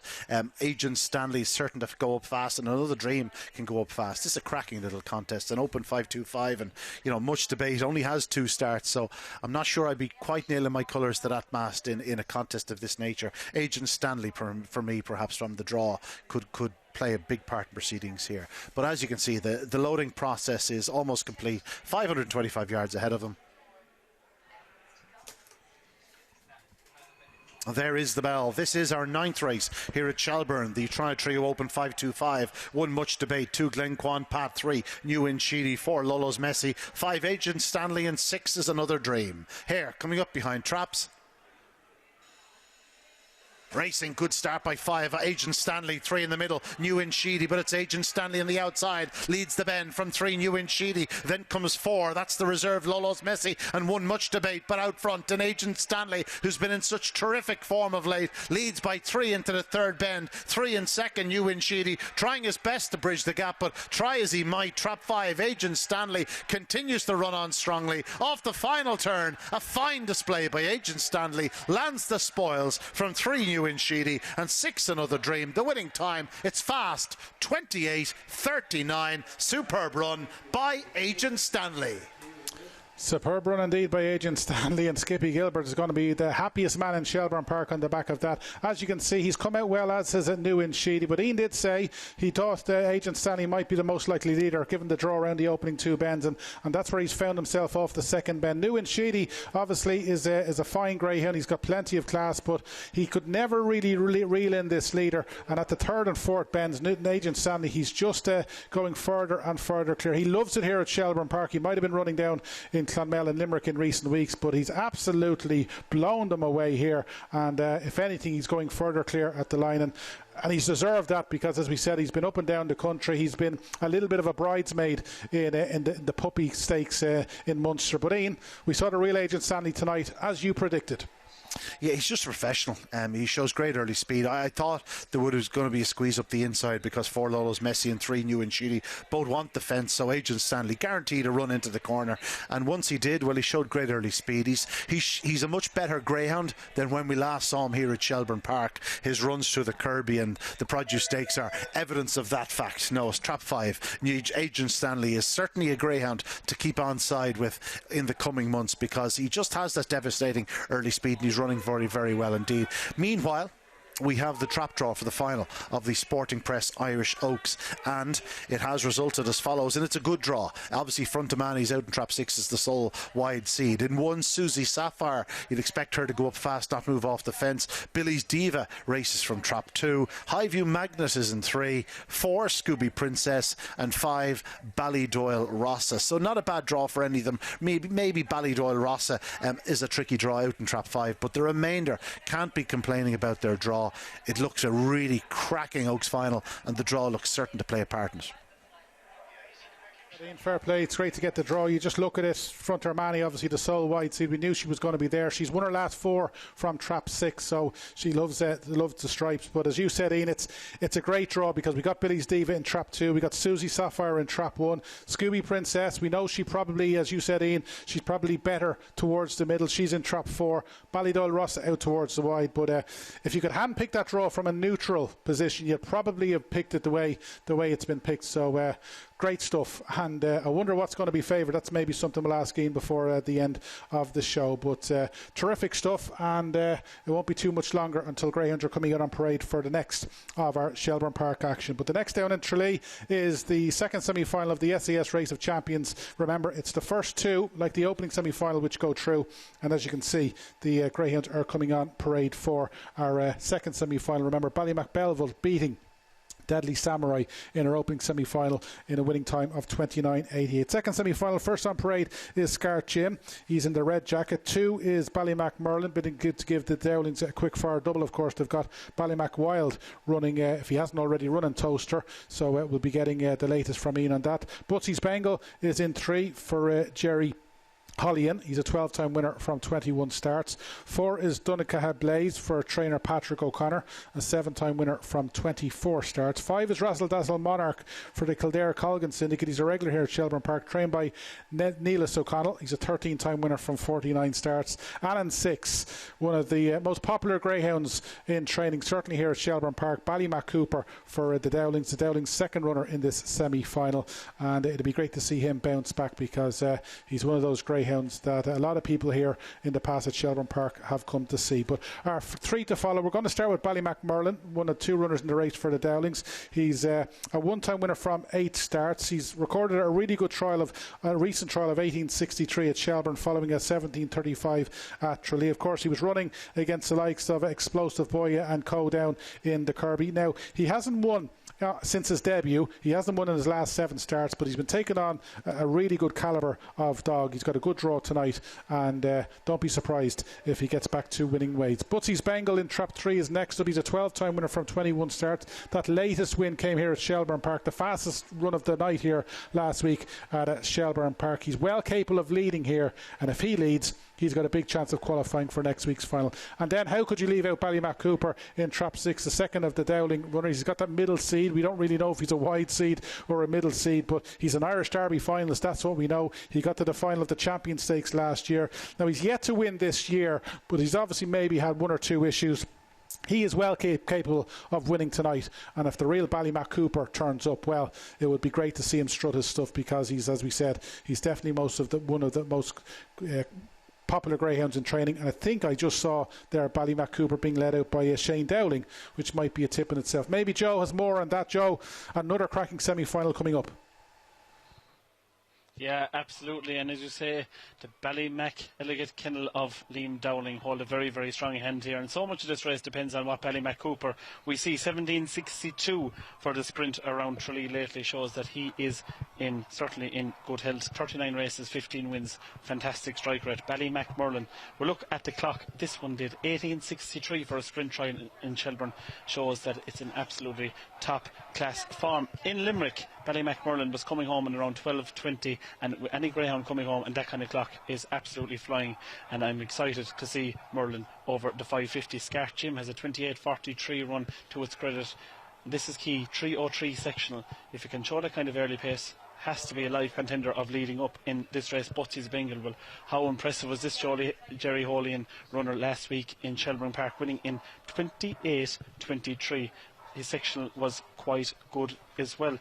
Doing Car Blaze, as you say as well, for Patrick O'Connor, of course, very, very shrewd trainer, and his greyhounds run quite well around Tralee. And Neil O'Connell trains Razzle Dazzle Monarch, of course, this experienced greyhound, 49 runs, 13 wins, has a very, very good strike rate. I'm going to go with Ballymac Merlin. I think that was a fantastic trial lately. 18.63. Ballymac Cooper to qualify as well, and also Butsy's Bengal, if he can emulate his performance of 28.23 last week in Shelbourne, should be bang there in the mix. It's an exciting race, and we're heading back to James O'Connor for the commentary. Second semi-final of the SIS Race of Champions. Trap 1, Scart Jim. 2, Ballymac Merlin. 3, Butsy's Bengal. 4, Duncaha Blaze. 5, Razzle Dazzle Monarch. And 6 is Ballymac Cooper. Out and racing. One break smartly inside. Good early foot being shown by Ballymac Merlin, who leads into the opening bin from 3, 1, 4, 5, 6 at the rear at this stage. Ballymac Merlin setting the pace though by a couple of lengths from Trap 3. Butsy's Bengal back in third. Trap 1, Scart Jim, but still with a big head of steam here. Ballymac Merlin and Butsy's Bengal trying hard to get involved here, but holding him off is Ballymac Merlin. Leads by a couple off the final bend. It's Ballymac Merlin stretching clear, passing the stand down to the finish line. 2 from 3 and 1. The winning time is smart, 29.55. Yeah, 29.55, the fastest of the semi-finals now so far, and it was never really in doubt that he was going to win, and indeed put that clock once he led into the opening 2 turns. He needed to lead, or I suppose Butsy's Bengal needed to lead Ballymac Merlin if he had any chance. He's run really well in defeat, but once Ballymac Merlin led off the second bend, as we said, judged on his previous runs, there was only going to be one winner. We did say he hadn't won since his debut, but he'd been taking on some really good greyhounds in Limerick and places like that, and he's bounced back in emphatic fashion here, and there's no doubt about it. In the back of that run, he is going to be a leading player in next week's final. Butsy's Bengal, he didn't quite hit the lids like maybe he can, but there was no real excuses, and no doubt Connections are fairly happy that he's made his way to the final. But Ballymac Merlin, it's 2 out of 2 in the Race of Champions for the Dowlings, Joe, and a really impressive winner there. Exceptionally impressive, but as we alluded to before the race, Rob, we were really looking forward to seeing Ballymac Merlin over the 5.50 trip, and it's certainly suited him, staying very strong, as we said before, and coming home in Limerick from the third bend at around 12.20, and any greyhound doing that is moving really well towards the finishing line. A great performance by Butsy's Bengal, trained of course by Jerry Holan and owned by the Butsy's Buckos Syndicate. Great to see Syndicates doing so well as well, and those two march on to next week's final. Unfortunately, Scar Jim, who came third, doesn't make it through to the final. There's only 2 go through from these 3 semi-finals, but the clock was very, very impressive as well. 29.55 from Ballymac Merlin, as he showed in his trial in Shelbourne. 1863. This dog is in fantastic form and is only going to get better and keep improving over the distance. It could be right in the mix for next week's Race of Champions final. Yeah, thanks, Joe. So it's been a good 20 minutes in Tralee for the Dowlings. Has it been a good few minutes for the Dowlings over in Towster? I thought Ballymacwild had a big chance. Ian Fortune fancied great name that. We had 3 in the heat, which has just been run, Ian. How did the Irish get on? You're a master of good timing there, Robert. I was just watching Dearjet Sydney making every inch the defending champion. A stunning performance in his contest there. All About Ted was third. Ballymacwild actually went very close to the track record in his heat. He led up Toolmaker Sydney on the inside and went on about it and won in fine style. Really stormed home to win well. Toolmaker Sydney did qualify. He may have been picked up for second spot. Unfortunately, great name that, having entered the back straight in third, was headed by Faughan Rebel and couldn't get back into the qualifying position. But no, fine display by Ballymacwild for Liam Dowling. But Dearjet Sydney's after going fast, I dare say. I'll let you know when I have the time, but I'd say it's quick.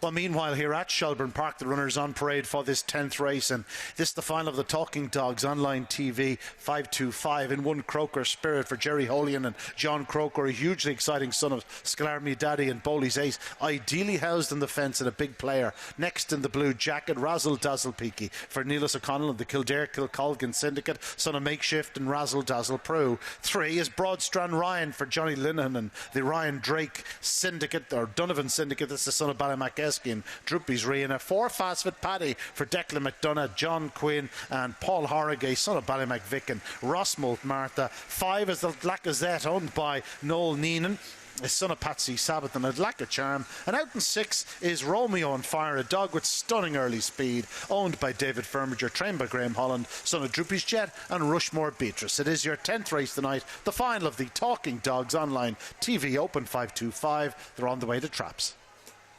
Yeah, on the way to Traps indeed. And I can pitch in and tell you that Ballymacwild has recorded a time of 29.05. So Ian, you are right. He's 2 spots off the record set last night by Bucko's Belly. So that's a brilliant run from Ballymacwild, and if Joe can get an interview with the Dowlings, he might be able to break that to them, because if Shane doesn't already know, that'll most definitely cheer him up. But yeah, and I believe Shane Dowling is standing by at Limerick. So Joe, you can tell him that Ballymacwild, if he doesn't know, has already won. He's done it in 29.05. He's gone close to the clock and toaster. Wild has just won 29.05 in Toaster. You've just won with Ballymac Merlin, and you won the last race. There's only Ballymacs all over the place with Ballymac Belvolt. Shane, how are you feeling? You're winning all around you tonight. Yeah, delighted, Joe. If we qualified there, we'd have been delighted, but it's even better when they win. So, look, they both ran well. 2 different kind of dogs. Merlin came away and did it from the front, and Belvolt did it from behind. But look, it's great to be there. It's a fantastic competition, and there's really good dogs gone out of it. So we're just delighted to be in the final. With Belvolt, after you campaigned him into Kirby, did you always have this race in mind, stepping up to the 550? This was in the head. We carried him to Shelbourne for a couple of spins because the champion puppy is on there the week after this. So we just said we'd try give him a little bit of schooling there, because he knew this place well enough. So that was the plan always, yeah. And what traps would you love to see them drawn in for next week? Red and blue. It would be they're bang railers, the 2 of them. So look, it's going to be, the draw's going to be all important. But look, it's great to be there. And from the English Derby point of view, Shane, what's... Yeah, delighted to tell you the truth. I didn't see it, and just the lads told me there. Wild one, a great name that went out of it, which is a bit unfortunate. Great syndicate of lads, but I must have a look at him when I go home. But it's still great to be involved, and he has 4 still going. So we hope he's there for a few more weeks. Absolutely, Shane. You're absolutely flying at the moment. We're absolutely delighted for you, and best of luck in the final next week. Thanks a million. And you're very summer looking. You might have the Hawaiian shirt on next weekend with the sunshine on our back. Yeah, thanks for that, lad. 17 Irish Greyhounds in the hat for the 3rd round draw, and I can tell you that Dearjet Sydney managed to win in 29.13, and All About Ted for Peter Cronin also qualified. So we've 17 in the hat. That's 4 winners for Ireland tonight. So Ian Fortune, you'll be a much happier man. Right, race 10 here at Shelbourne, an open 525 final. Ian, the Irish back on song on Toaster. What wins this 10th race? If I had to have a free bet, it would be on Trap 1 Croker Spirit. He's only had the 4 starts, a real eye catcher last week. He is perhaps at this moment in his career a bit dependent on the fence. He has it.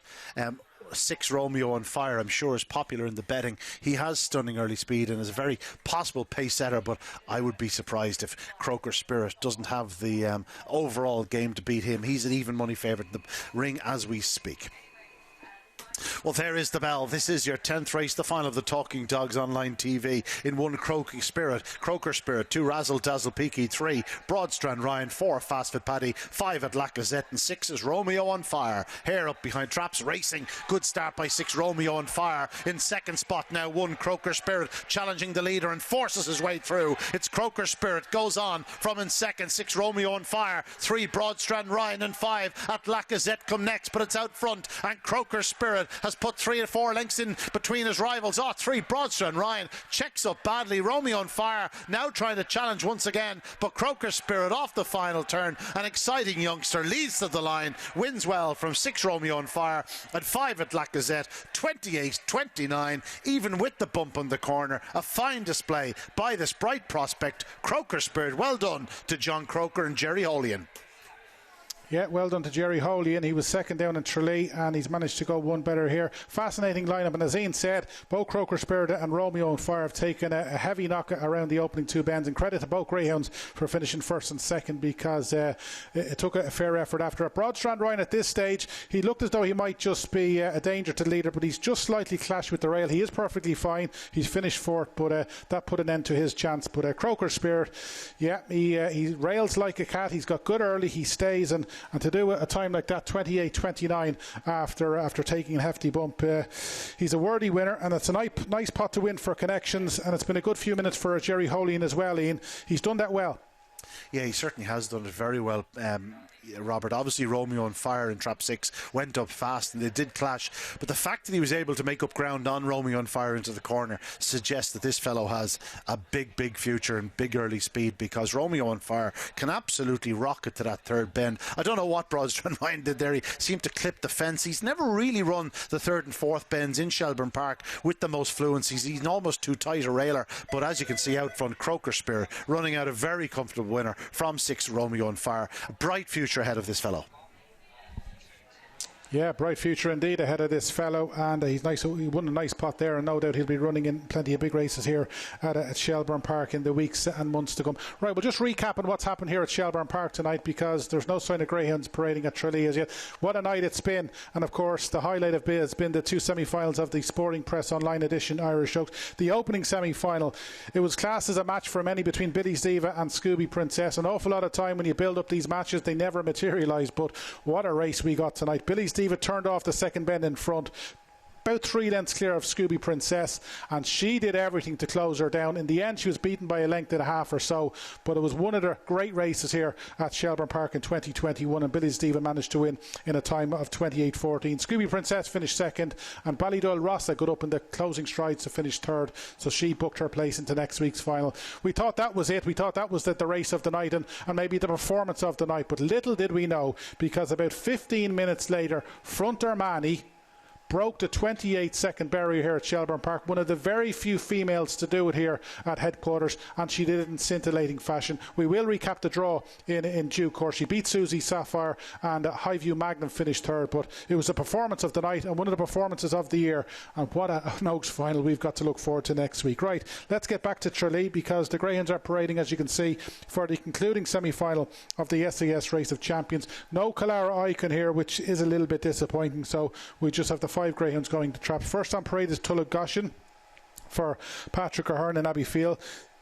Trap 2 is Crossfield Fina for Brendan O'Shea, a 4-time winner from 9 starts. She's a daughter of Kinloch Bray. 5 is Explosive Boy, the recent Produce Stakes winner. He got to the final of the Conan Kirby. He's most definitely the greyhound to beat. 4 is Cash Return for Peter Kelly and Brendan Monsell, another Produce Stakes finalist. 5, as we said, Calera Icon doesn't run for Robert Gleeson, so we'll have to wait a little bit longer to see him.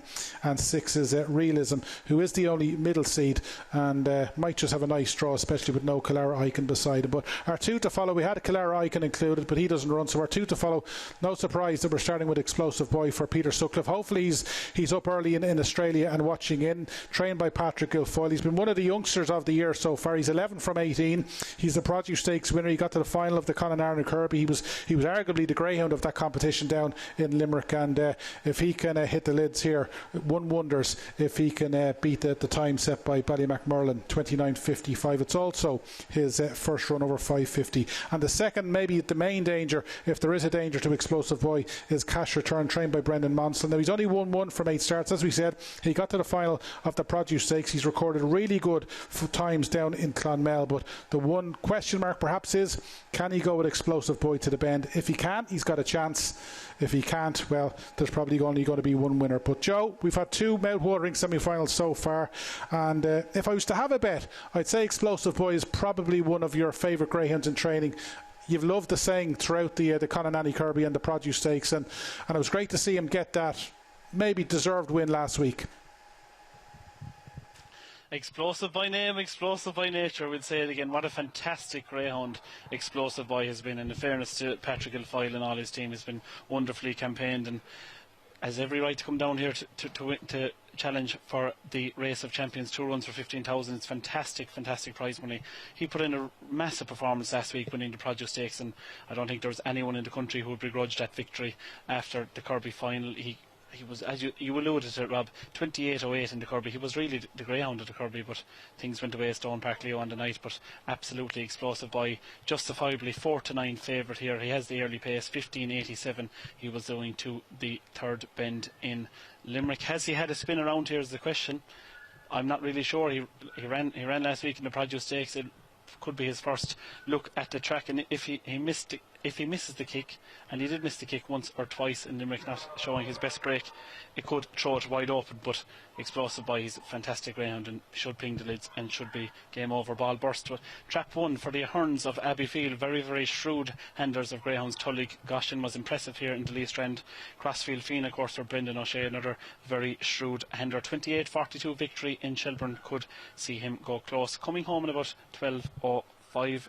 Cash Return for Brendan Monsell, but he was a very impressive throughout the Produce Stakes, and even in the semi-final perhaps that was his most impressive run in Clonmel. He took on Agent Stanley up the back straight and powered home, showing great staying prowess, and certainly he should be in the mix. Realism, 29.53 he posted during the Lee Strand, which is a very, very impressive run around. If he can get a clear run, he's sure to be in the mix, even though he's 20-1 for the heat. Of course, we'll have to go for semi-final of the Race of Champions. Trap 1, Tullig Goshen, 2, Crossfield Fianna, 3, Explosive Boy, 4, Cash Return, and 6, Realism here approaching traps.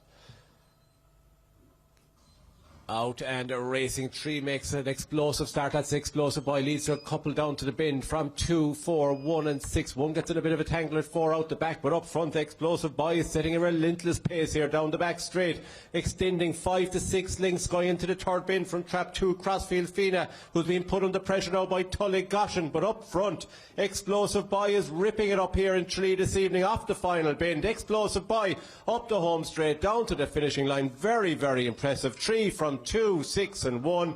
New track record, 29.22. What a debut by Explosive Boy here at the Kingdom Greyhound Stadium.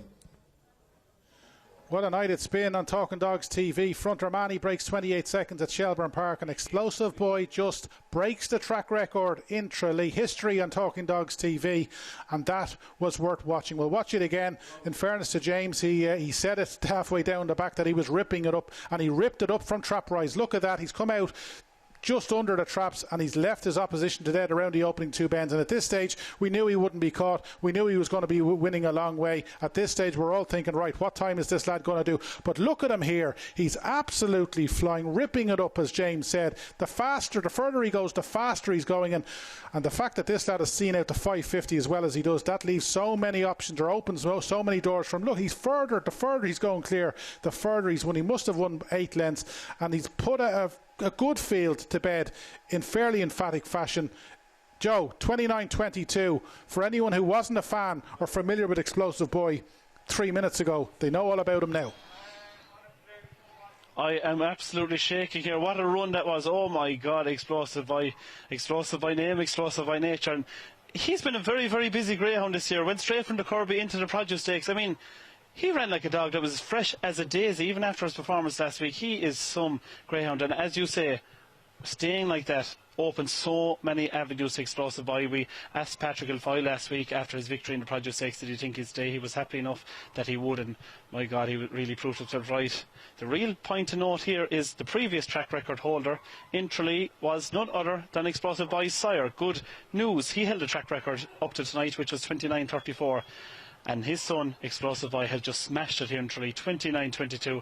Absolutely massive run. I'm shaking with excitement here. It's going to be a great final race of champions. I cannot wait. We are literally seeing the cream of crop before our eyes here. Yeah, thanks, Joe. Joe will be catching up with connections, and Joe will hopefully also be giving us the draw for next week's final of the SCS Race of Champions. And of course, Newin Taylor managed to win the Produce Stakes before going on to win the Irish Derby, and this lad already must be a leading fancy for Ireland's main classic in less than a couple of months' time. Right, we move on to our penultimate race here at Shelbourne Park. It's an open 5-2-5. What a night racing it's been on Talking Dogs TV. And the first on parade, let's get Teen. Runners parading for this 11th and penultimate race here at Shelbourne. 1 Kilpipe Glen, trained by Graham Holland for William Cawdy, son of Patsy Sabbath and Glenn Lee. Next in the blue jacket, Awesome Blue for Jack Bride and Tom Bride, a son of Scalarma Daddy and Belmore Pebbles. 3 Coolmore Joe for Pat Geraghey, this a son of Ballymac Vic and Coolbeg Gemma. 4 is Amadeus Luke, owned by Charlie Colgan and Justin Colgan, son of Patsy Sabbath and Glenn Lee. And out in 6 is Urban Castle, owned by Reggie Roberts, the son of Law Hill Blake and Idle Gossip. It's the resets, open 5-2-5. They're making their way towards traps. Not long left to get involved. Yeah, just the 5 greyhounds going to traps. And we've a really rare occurrence, I suppose, at open grade anyway, that we've 3 litter brothers all running in the same race. Kilpipe Glen, Trap, well, in fact we've 2 now because Glendalough doesn't run, but initially we were to have 3, and Amadeus Luke are both litter brothers, and to be doing that a little bit later in their career, not at puppy stage or not in an unrace stake, is fairly rare. Okay, the first of it's now 2 to follow because Glendalough doesn't run. Kilpipe Glen, one of those 2 litter brothers for Willie Codd. Graham Holland, the trainer, 1 from 3 so far. Obviously that win came here at Shelbourne Park when recording 28.66. That was a really good run. Good sprint trial in Clonmel of 16.44 suggests that this lad might be the most likely leader. He's only had 3 runs, so there's plenty of improvement to come, and Graham Holland yet to have a winner here at Shelbourne Park. That might just change. And the main danger could be the Reggie Roberts owned and trained Urban Castle. This is son of Loghill Blake, a 2-time winner from 4 starts. Both of those wins came on its last couple of starts, recorded 28.64. Is stepping up in grade obviously from A3 and A1 company to open class here, but the fact that there's no Glendalough inside Urban Castle just might make life a little bit easier in the early stages, and if he can break well, he might put it up to Kilpipe Glen. But a couple of minutes until they go to traps. Ian, it's been a great night's racing. We've got good news obviously from Toaster, 17 Irish greyhounds through to the next round, but Explosive Boy, what did you make of that? I'd say from an early stage you thought the clock was in jeopardy. Would that be safe to say?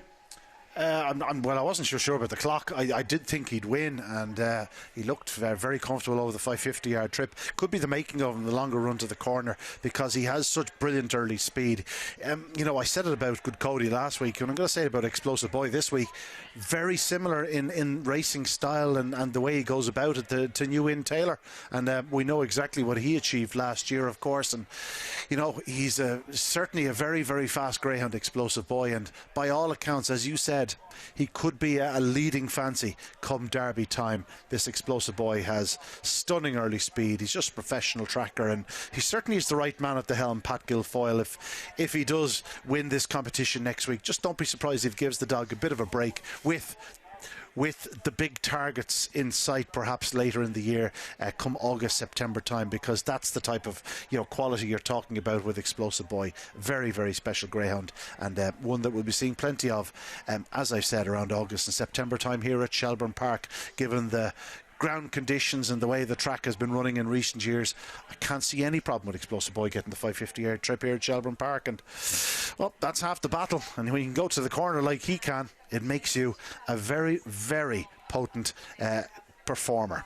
Meanwhile, here at Shelbourne Park, greyhounds about to go to traps for this 11th race. An intriguing affair, the presence of Kilpipe Glen with only his 3 starts, and Amadeus Luke with 4, and Urban Castle with 4 starts, mean that it's it's hard enough to get to grips with the form. Awesome Blue is the most experienced runner in the lineup. He won well in 28.65 last time. That may well be good enough, but an intriguing race if I had to put my finger on one.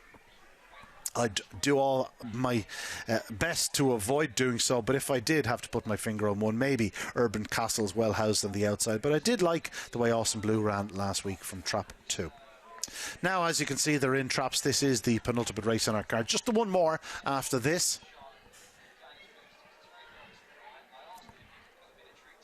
All in.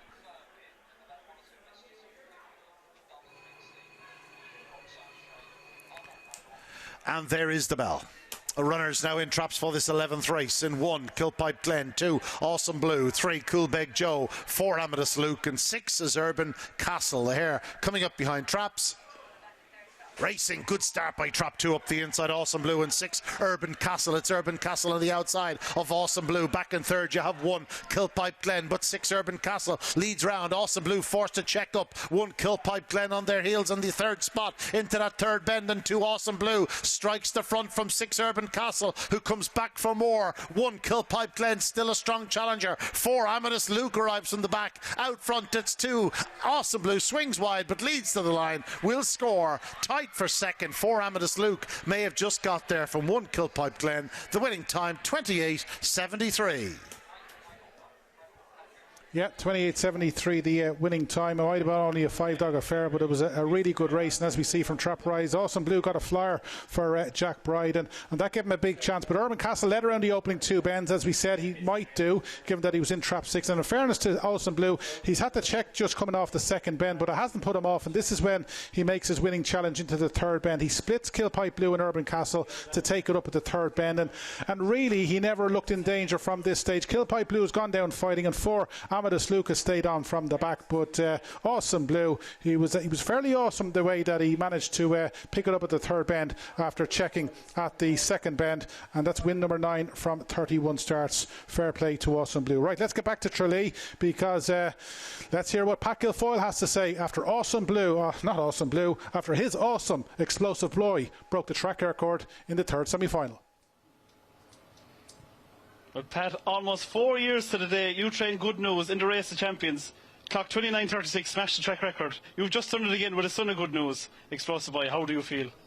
Look, it's great. He ran a fantastic race, but Good News got tumbled upside down then in the final a week after. So it's as I always say, this is a game of snakes and ladders. But he was awesome there tonight. He really was, and he was in such good form after the final there last weekend. We decided to put him into this. It's very hard to put away a dog, resting them, and they're in such good form. We did it in the past, and they don't always come back as good as you'd like. So when he's in good form, we give him a couple more races anyway. And look, he's an exceptionally fast dog, and he's just turned 2 there last month or the month before. So yeah, look, he's shown it in Limerick, and he's shown it in Clonmel. Do you know how good he is? But look, you need to do it next week then, you know. But it's a lovely stake, and we love coming down here. And the track is in superb condition there tonight, very, very safe. And yeah, no, he ran great. We're delighted with him. Personally, I thought he'd stay. I thought he'd be all out for the 550. Were you expecting? He came home in 15.20. The other runners came home 15.60, 15.37. Were you expecting him to stay that well? I do. He'd say well, we thought he'd stay the 550 down here. You know, the track is running well here at the moment as well, so it's not a difficult 550. Whether or not he'd sustain that over a longer stake like the Derby, I don't know. But at the moment, we just take it race by race with him, and he's in good form, and let him race, and hopefully he gets a nice draw next week, you know, and can run well and come off sound again. You must be an absolute cloud 9. You won the Produce Stakes, your Recovery finalist, and now you're a very, very hot favourite, likely for the Race of Champions. Yeah, we'd rather he was 3-1, but look at he's in good form, so we'll see what happens. And I'm sure Peter's tuning in from Australia tonight. He's actually not. I rang him there just after the race, and he actually wasn't tuned in, but he was delighted to hear he run so well. So yeah. Pat, thanks a million. Best of luck for the final. Thanks very much. Flying at the moment. We're delighted to see it, and well done. I appreciate that, guys. Thanks very much. Thank you.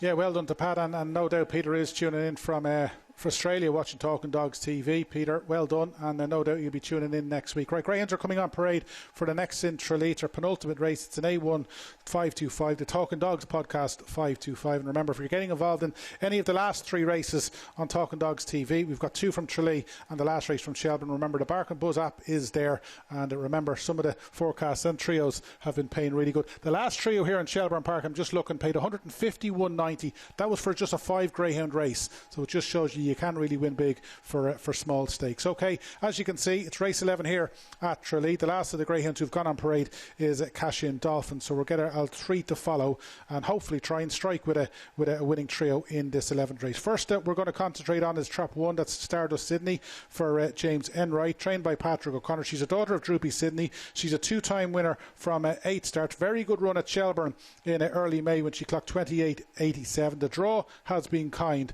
and the worry is she's disappointed in her last couple of starts, but no doubt she's well capable of bouncing back. 4 is Listen Ad Jet for Morris Harty in Tralee, a 6-time winner from 21 starts. You look at this lad's sectionals, that suggests he's going to lead early on if he hits the lids. He's very consistent, and he looks as though he could be the one to make his early pace count. He'd no luck last week, but if he bounces back, he might make them all run. That's Trap 4, Listen a Jet. And Trap 6 is the 6th of the inside seeds. We've got 6 insides here, and it's Cashin Dolphin for James Hannon and Chris Houlihan in Enniscorthy, trained by Chris, a 10-time winner from 33 starts. The draw is a little bit of a worry, but he has won, or he's run well from wide traps. He was a Trap 5 last week when he finished second, and on the overall form of the 6 runners, Cashin Dolphin is probably the greyhound to beat. So if he can hit it from Trap 6 and get a clear run, he just might be a little bit of value on the Barkin Buzz app. But Joe, we've 2 more races to go down in Tralee. Hopefully we'll have the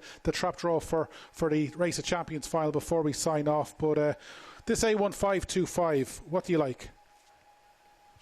Yeah, absolutely. We will have the draw for the Race of Champions final. It's been done as we speak, and we'll bring it to you as soon as we have it. And the excitement is absolutely at fever pitch here after that smashing run from Explosive Boy 29-22. It was an amazing final to look forward to next week. Cannot wait. We'll be counting down the days and hours. This is quite a good race. It's the A1 5-5. Some very, very nice types here, and a lot of unexposed lightly raced types, and from the inside traps, the likes of Stardust Sydney for talented trainer Patrick O'Connor. Only 8 races ran, 2 wins, 4 races ran for trap number 2, Early Bomber. One I really like here is trap number 5, Treaty Pearl for Tony Barry and Donna Daly. They had a runner earlier in the card, met a bit of traffic and congestion. I think this fella can go a little bit better. A daughter of Treaty Lady, who was a wonderful bitch for Tony as well. Finishes quite strong, 28.85 winner in Tralee last month. Very, very impressive. But it's a very, very tight race. It's very, very wide open. Send It Less runs for Lee Strand winning trainer Pat McMahon. 35 runs, 4 wins, experience sure to suit this greyhound as well, the son of JT Jet. They're all in traps. We're heading over to James for our commentary. Here there's been race 11, Trap 1 Stardust Sydney, 2 Early Bomber, 3 Send It Less, 4 Lassenach Jet, 5 Treaty Pearl, and 6 the reserve Millridge Zoe. Out and racing, pretty level start. 5 gets left behind somewhat, but up front 2 and 6 battle for supremacy into the bend, and it's Trap 2 that'll lead the way. That's Early Bomber from 6 in close attention with 3, 4, 5 and 6, 1 way out the back at this stage. Up front though, 3 being challenged now by 2, and it's 3 that's in front. It leads by about a length. 6 and 2 lining up there. Big chances by Minnie in here, and 3 now leads the way. Send It Less through the final curves. 6 and 5 on the inside get a good run. 5 might just lead it past the stands. They move up to the line very close, possibly 5 from 3. Again a smart time here, 28.87. 28.87 the winning time. Another really good finish, one of the finishes of the night down in Tralee. And we'll take a recap here. We're going to have only got one replay because we're going to get back to Joe to get the trap draw for the final of the SAS Race of Champions. But around the opening 2 bends, and it was Early Bomber who managed to get his nose in front and lead off the second bend. But there was plenty of challengers in behind. Send It Last was bang there. We saw Trap 6 also in the mix, and even Treaty Pearl at this stage, you'd wonder she probably needed to get the breaks if she was going to pick up these leaders. But still off the final bend, we had Send It Last just runs wide, and that opens the gap for Treaty Pearl. And once she's got the gap, I think she might just have done enough. 3 Send It Last, in fairness, has come back to the challenger. But it's a photo finish. We won't ask Joe to call the photo because he's hit and miss. But we will get the trap draw for the SAS Race of Champions because he always delivers when he gives us trap draws. Yes, I feel like I have the goods in my hand here. The trap draw, the all-important trap draw for the SIS Race of Champions. We have seen fantastic action tonight in every heat, and we've seen a new track record. Amazing action here in Tralee. For the Race of Champions, our trap draw for the final is as follows. Trap number 1, Ballymac Belvolt. Trap number 2, Ballymac Merlin. Trap number 3, Deadly Samurai. Trap number 4, Crossfield Fina. Trap number 5, Explosive Boy. And 6, Butsy's Bingle. And our draw for the novice. Yeah, thanks for that, Joe. And just like we've seen on a couple of occasions, that draw has made it wide open, track record holder or no track record holder. Right, they're finish off parading here at Shelbourne Park. As you can see, it's our final race at Shelbourne Park. We'll be getting pictures shortly, but we'll have a more of a recap on that trap draw down in Limerick, down in Tralee, because that trap draw, like it did in the Produce Stakes, like it did in the Conn Annie Kirby, like it did in the Gold Cup earlier in the year, it's thrown everything into the mix, and there's one happy man down in Tralee tonight, and that's Shane Dowling, because he couldn't have got that any better. In fact, we might get back to Tralee before we finish up proceedings and the racing for the Shelbourne, because Joe was caught up with the racing manager, Declan Dowling. Declan, it's a pleasure to have you on the show, and I must give, before we go any further, give great credit to you, Heather and Kieran and all your team here. The track is in fantastic nick, and the fruits of your labour has been shown tonight. What a performance by Thanks, Joe. It is very heartening to see the turnout of the dogs and how well they've done tonight. And obviously, look, the quality, we knew the quality was going to be here tonight, and the quality has been exposed. I mean, the last run there, even all the 3 semi-finals were run in spectacular fashion. But obviously, Pat Guilfoyle's dog was a phenomenal run. And just speaking to Pat there a while ago, I remember the night in 2017, the dog's father, Good News, he broke the record in the semi-final. And I hope it doesn't happen the next night, but he got knocked in the first bend in the final. So we don't want to see that happening again, but this is a phenomenal dog. And the Race of Champions, Declan, we're very, very proud greyhound people down in Tralee and the whole Kingdom of Kerry. What does this competition mean to you here down the track and the people, local people? Well, I suppose, Joe, over the last number of years, it has always been synonymous with Kerry GAA. And Kerry GAA always use this night as their major fundraiser for the training fund for the senior teams and the minor teams. But unfortunately, due to COVID, it didn't happen last year, and they really wanted it to happen this year. But because of the slowness of the reopening, and with the championship starting now, unfortunately they're going to wait. But they're definitely coming back with us next year, and they're eager to come back. But it has always been a great event, and I suppose one of the events that we look forward to, because we know we're going to get the cream of the crop every year. And I suppose this year, the fact that the English Derby was on, we thought that we mightn't have the quality, but that has been blown out of the water after what has happened here tonight. Absolutely. Great credit to you, Declan, and all your team, and we're looking forward. I can't wait to be back here next week, and best of luck, and hopefully we'll catch up you again next weekend. Thanks, Declan. Joe. Thank you. Cheers. Yeah, thanks, Declan. Thanks, Joe. I think it's safe to say Joe's not going to get much sleep this week. He's already looking forward to next week's final, and on the back of that draw, I can't really blame him. Right, it won't be too much longer until Greyhounds are going to traps for our final race here at Shelbourne Park, so we're going to have our 3 to follow, and we're going to start with Knockboy Flight in trap 2 for John O'Hurley and David O'Hurley, the only son of the late and great Skywalker Puma running here at Shelbourne Park tonight. He was on the mark already at Tralee earlier in the night, and if this lad can reproduce his 29.64 run here last week, or indeed his 29.61 run here 2 weeks ago, he's got a big chance. He's been flying of late. There was a chance he was going to go to Toaster for the English Greyhound Derby, but they decided to miss that. The last couple of weeks have paid off, and if he hits the lids tonight, he is most definitely the greyhound to beat. 3 is Ashbury Joseph for Stephen Murphy and Maya Ramsbottom. Trained Carl Ramsbottom, of course, he's got Deadly Samurai in the final of the Race of Champions next week. This lad's been in really good form. He's the son of Kinloch Bray. 31.06 for the 5.75 takes some doing. Very rarely is this lad out of the frame, but he might just need a career best. But if you're doing the trio, I wouldn't discount Ashbury Joseph. And the last of our 3 to follow is Butsy's Best for the Butsy's Bucko Syndicate. Jerry Hollion's dogs have been in good form tonight. This lad beat Glendalough last week, or last time out, when recording 29.80 for the 5.50. Not quite up to the times posted by Knockboy Flight in recent weeks, but he's got a big chance. Again, he's a greyhound who very seldom runs a bad race, and he's in trap 4, so it'll be interesting to see how the trap works out here, because we've got 3 inside seeds and 3 wide seeds. But Ian, spectacular night racing here at Shelbourne tonight, and we're finishing off with a really good open 5.50. It's Knockboy Flight for me. What is it for you? I went looking for a price for trap 1 to win the Derby, actually. Derby's Delight. I think he's an exceptionally fast greyhound. I think he'll win this. I think Sizzler's the danger on the outside, but if Derby's Delight traps on terms, I don't know if they'll see what way he goes, to be honest. That's his problem. He hasn't quite got his trapping yet. Hasn't quite got the sharpness in the early yards. But when he does, or if he does develop it, I really think this is a Derby contender. Trap 1 here. Derby's Delight. Sizzler will go up fast on the outside. Butsy's Best is stepping up in company. He misses the kick, flies into the bend. No Wall Dick is stepping up and trip. He'll need to get loose. Knockboy Flight has been running exceptionally well, but if Derby's Delight denies him the fence, well then he's on the back foot. And Ashbury Joseph is a talented type. Big run last time out. He'll need to be at his sharpest in the early yards, but as I've said, my money is very much in the Derby's Delight kennel here in the red jacket.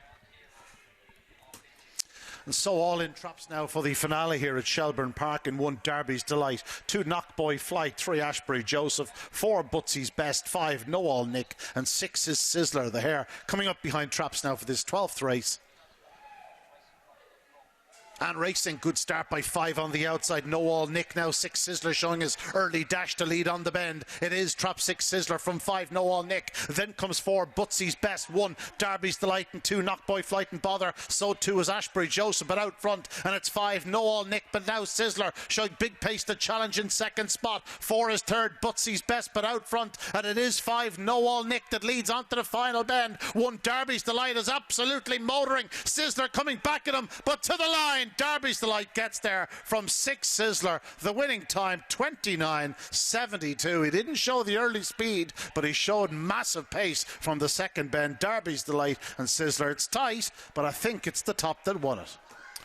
Yeah, I think kudos of the night most definitely goes to Ian Fortune if Derby's Delight has got up there, because off the second bend I was saying to myself, maybe another night for this lad, but how he's won from where he was off the second bend. At this stage, No All Nick was leading from Sizzler. Sizzler looked to have a big chance at this stage. We know he can run wide off the final bend, and that didn't really help him. Then we've got Butsy's Best, but even at this stage, Derby's Delight, I was thinking he's probably just going to be coming too late, but off the final bend he's flown home. Now in fairness to Sizzler, he hasn't stopped either. Ian, you're better calling at photo finishes than I am. I thought Derby's Delight had got up. If he has, it's a great shout. And what price did you get for the Derby when you went looking? Just across the line. Tracking in. One for asking for a price because you sort of mark their card. He's after marking a few cards there. I was disappointed with him to the second bend, I must say, but he showed unbelievable pace down the back straight and home. Derby's Delight. We are waiting on the photo finish. Normally you give it to the dog on the outside, but Derby's Delight was coming with such a run that it is desperately tight, and we will have to wait for the phone call, I'm afraid. Just look where Derby's Delight is there. Out the second bend, he must be 8-10 lengths off trap 5 No All Nick. Now I know Sizzler comes on the outside. I'll tell you what I'll do. I'll answer this, Robert. You take it up there. Yeah, we're going to get breaking news again with the result of, at this stage, as we said, it was 5 who led, but Derby's Delight, he comes off, then he goes the far side. I thought he'd held on or got up. Sizzler on the near side. Ian, what's the news? Did you ever doubt me? Derby's Delight got up in the line to beat Sizzler, and back in third was 5 No All Nick. Brilliant run by the winner. He's going to need to sharpen up early if my Derby money is going to be placed on him, but there's no question he has a massive engine. That was some run tonight. Yeah, fair play, Ian. No Navy jacket tonight, but nice to see you've got your Navy Ralph Lauren jumper on. No doubt Joe Sheahan will be fairly happy. But great call there, well done. Hopefully Derby's Delight got people a few quid in their final race at Shelbourne Park, and he's definitely gone into a few notebooks tonight. He most definitely went into mine, and I'll be trying to get a big price for the Derby, but I think he's going to be shortened quite a bit after that performance. But terrific stuff from Derby's Delight, and well done to Ian. Great night tipping. He doesn't go for favourites, he doesn't go for the obvious ones, but as he said earlier in the night, when he does give a tip, it's worth following. So fair play to Ian. Right, the final race of the night. What a night it's been on Talking Dogs TV. It's been I think it's been one of the best we've had, and we're not done yet because we've got this final race at Tralee. It's the Hitter Butt 525. It's an A3. Greyhounds are parading. Sign on flashes in trap 1, and 2 is Savine, the only female in the lineup. 3 is Glass and Jeff for Michael Barrett, a consistent sort, a likely improver as well. 4 is Slippy Blake in the middle seat for John Gagan. 5 is a reserve And that reserve is Samba Zara, another middle seed. And six is Runaway Wink for Ray Fleming, a 4-time winner from 12 starts. But we're going to go 2 to follow because our third to follow was Trap 5. That doesn't run. But Savine in Trap 2, as we said, she's the only female in the lineup. She's 1 from 4. She's been second on a couple of occasions. Now, she did run behind Glass and Jeff on her most recent start. She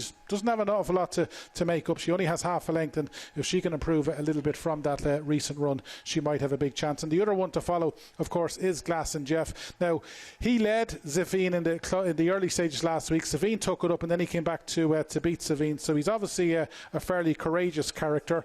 Again, he's a fairly consistent sort. He hasn't been out of the frame in his 4 starts. It'll be interesting to see what happens between Savine and Glass and Jeff, because they were involved in a really good buckle last week, and it'll be interesting to see how they fare here. Remember, we've got Samba Zara as a reserve in Trap 5. But Joe, you started well on the tip in front, then Ian Fortune took over, so we're going to try and leave the last laugh for you. Try and give us a winner in our last race of the night. As I say, we're on to the lucky last. I started well, went off the boil a bit, but Explosive Boy came in for me and Treaty Lady came in for me, so we're going for a 3-timer here. It's hard to call. To complete the 3-timer, I'm going to have to go with Glass and Jeff. The pressure is on. Fortune has been on fire tonight in the Fashion Stakes and the Tipping Stakes, but we're going to take him on.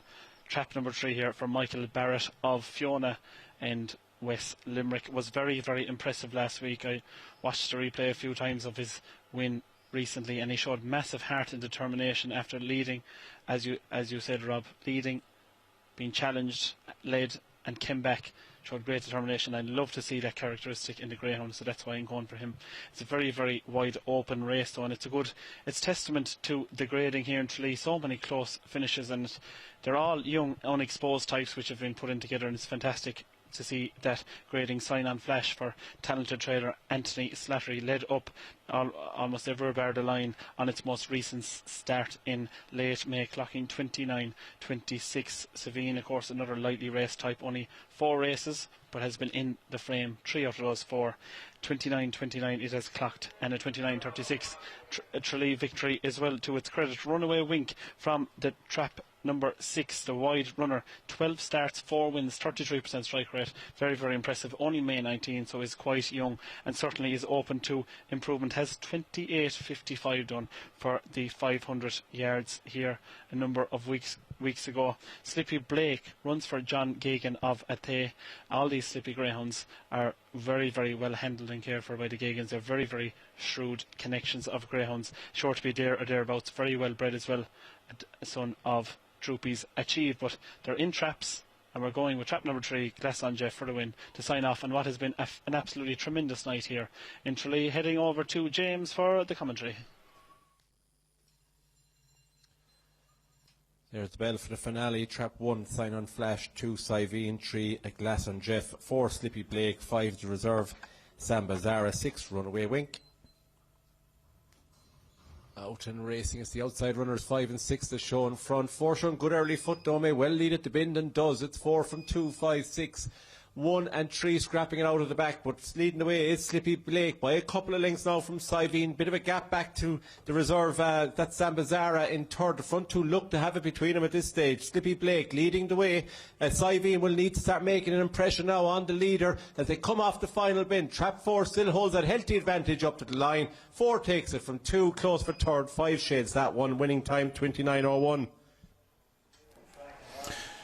Yeah, 29.01, the time recorded by Slippy Blake, and that's its second career win. We'll have a look again. It was 5 and 6 who were best away, Slippery Zara and Runaway Zinc. But in fairness to Slippy Blake, he's shown good early to get his nose in front around the opening 2 bends, and this is where he really kicks off, and he leads Savine here. Now we know Savine was picked up last week, so at this stage it looked as though Slippy Blake was probably going to hang on. Now in fairness to Savine, she stuck with the winner for a long way, but if she hadn't picked him up by the final bend. She probably wasn't going to pick him up in the closing stages, and Slippy Blake for John Gagan has managed to do it well, and he's done it in pretty good style. It was never really in doubt, because in a couple of his races at Cork and even last week at Tralee, he stayed from off the pace to do his best work in the end, so he was never really going to get caught. And he's a youngster going placed, of course, by the great Derby winner Log Hill Blake, and that's now win number 2 from 8 starts. And that's our final race of the night here on Talking Dogs TV. But we're not done yet, because we've got about 5 or 6 minutes to go. We're going to go back to Tralee,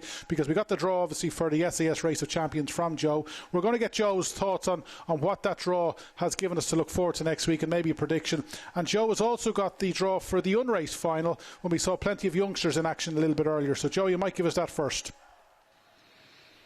Yeah, Rob, I think you hit the nail on the head with Slippy Blake. Very impressive performance, 29.01.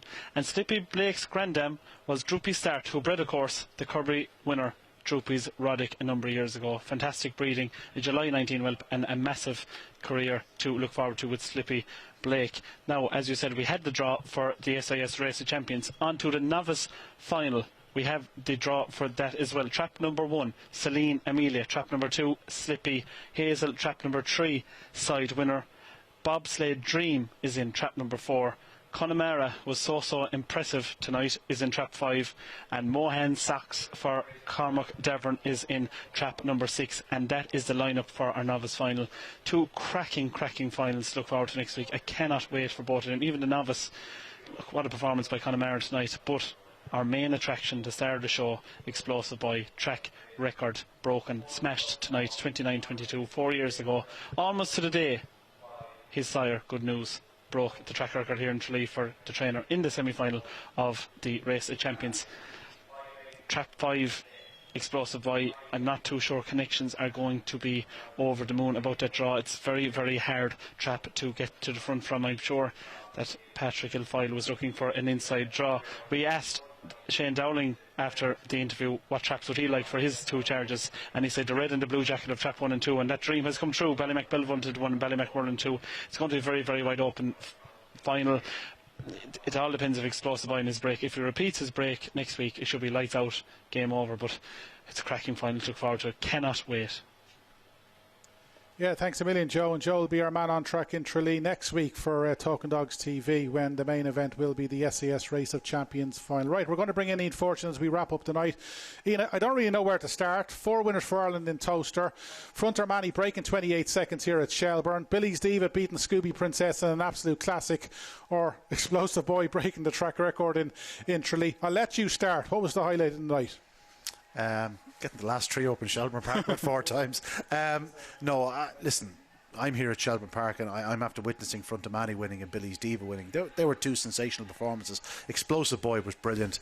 It was great to see the Irish getting back on track somewhat tonight at Toaster, but all in all, it was just a great night's greyhound racing.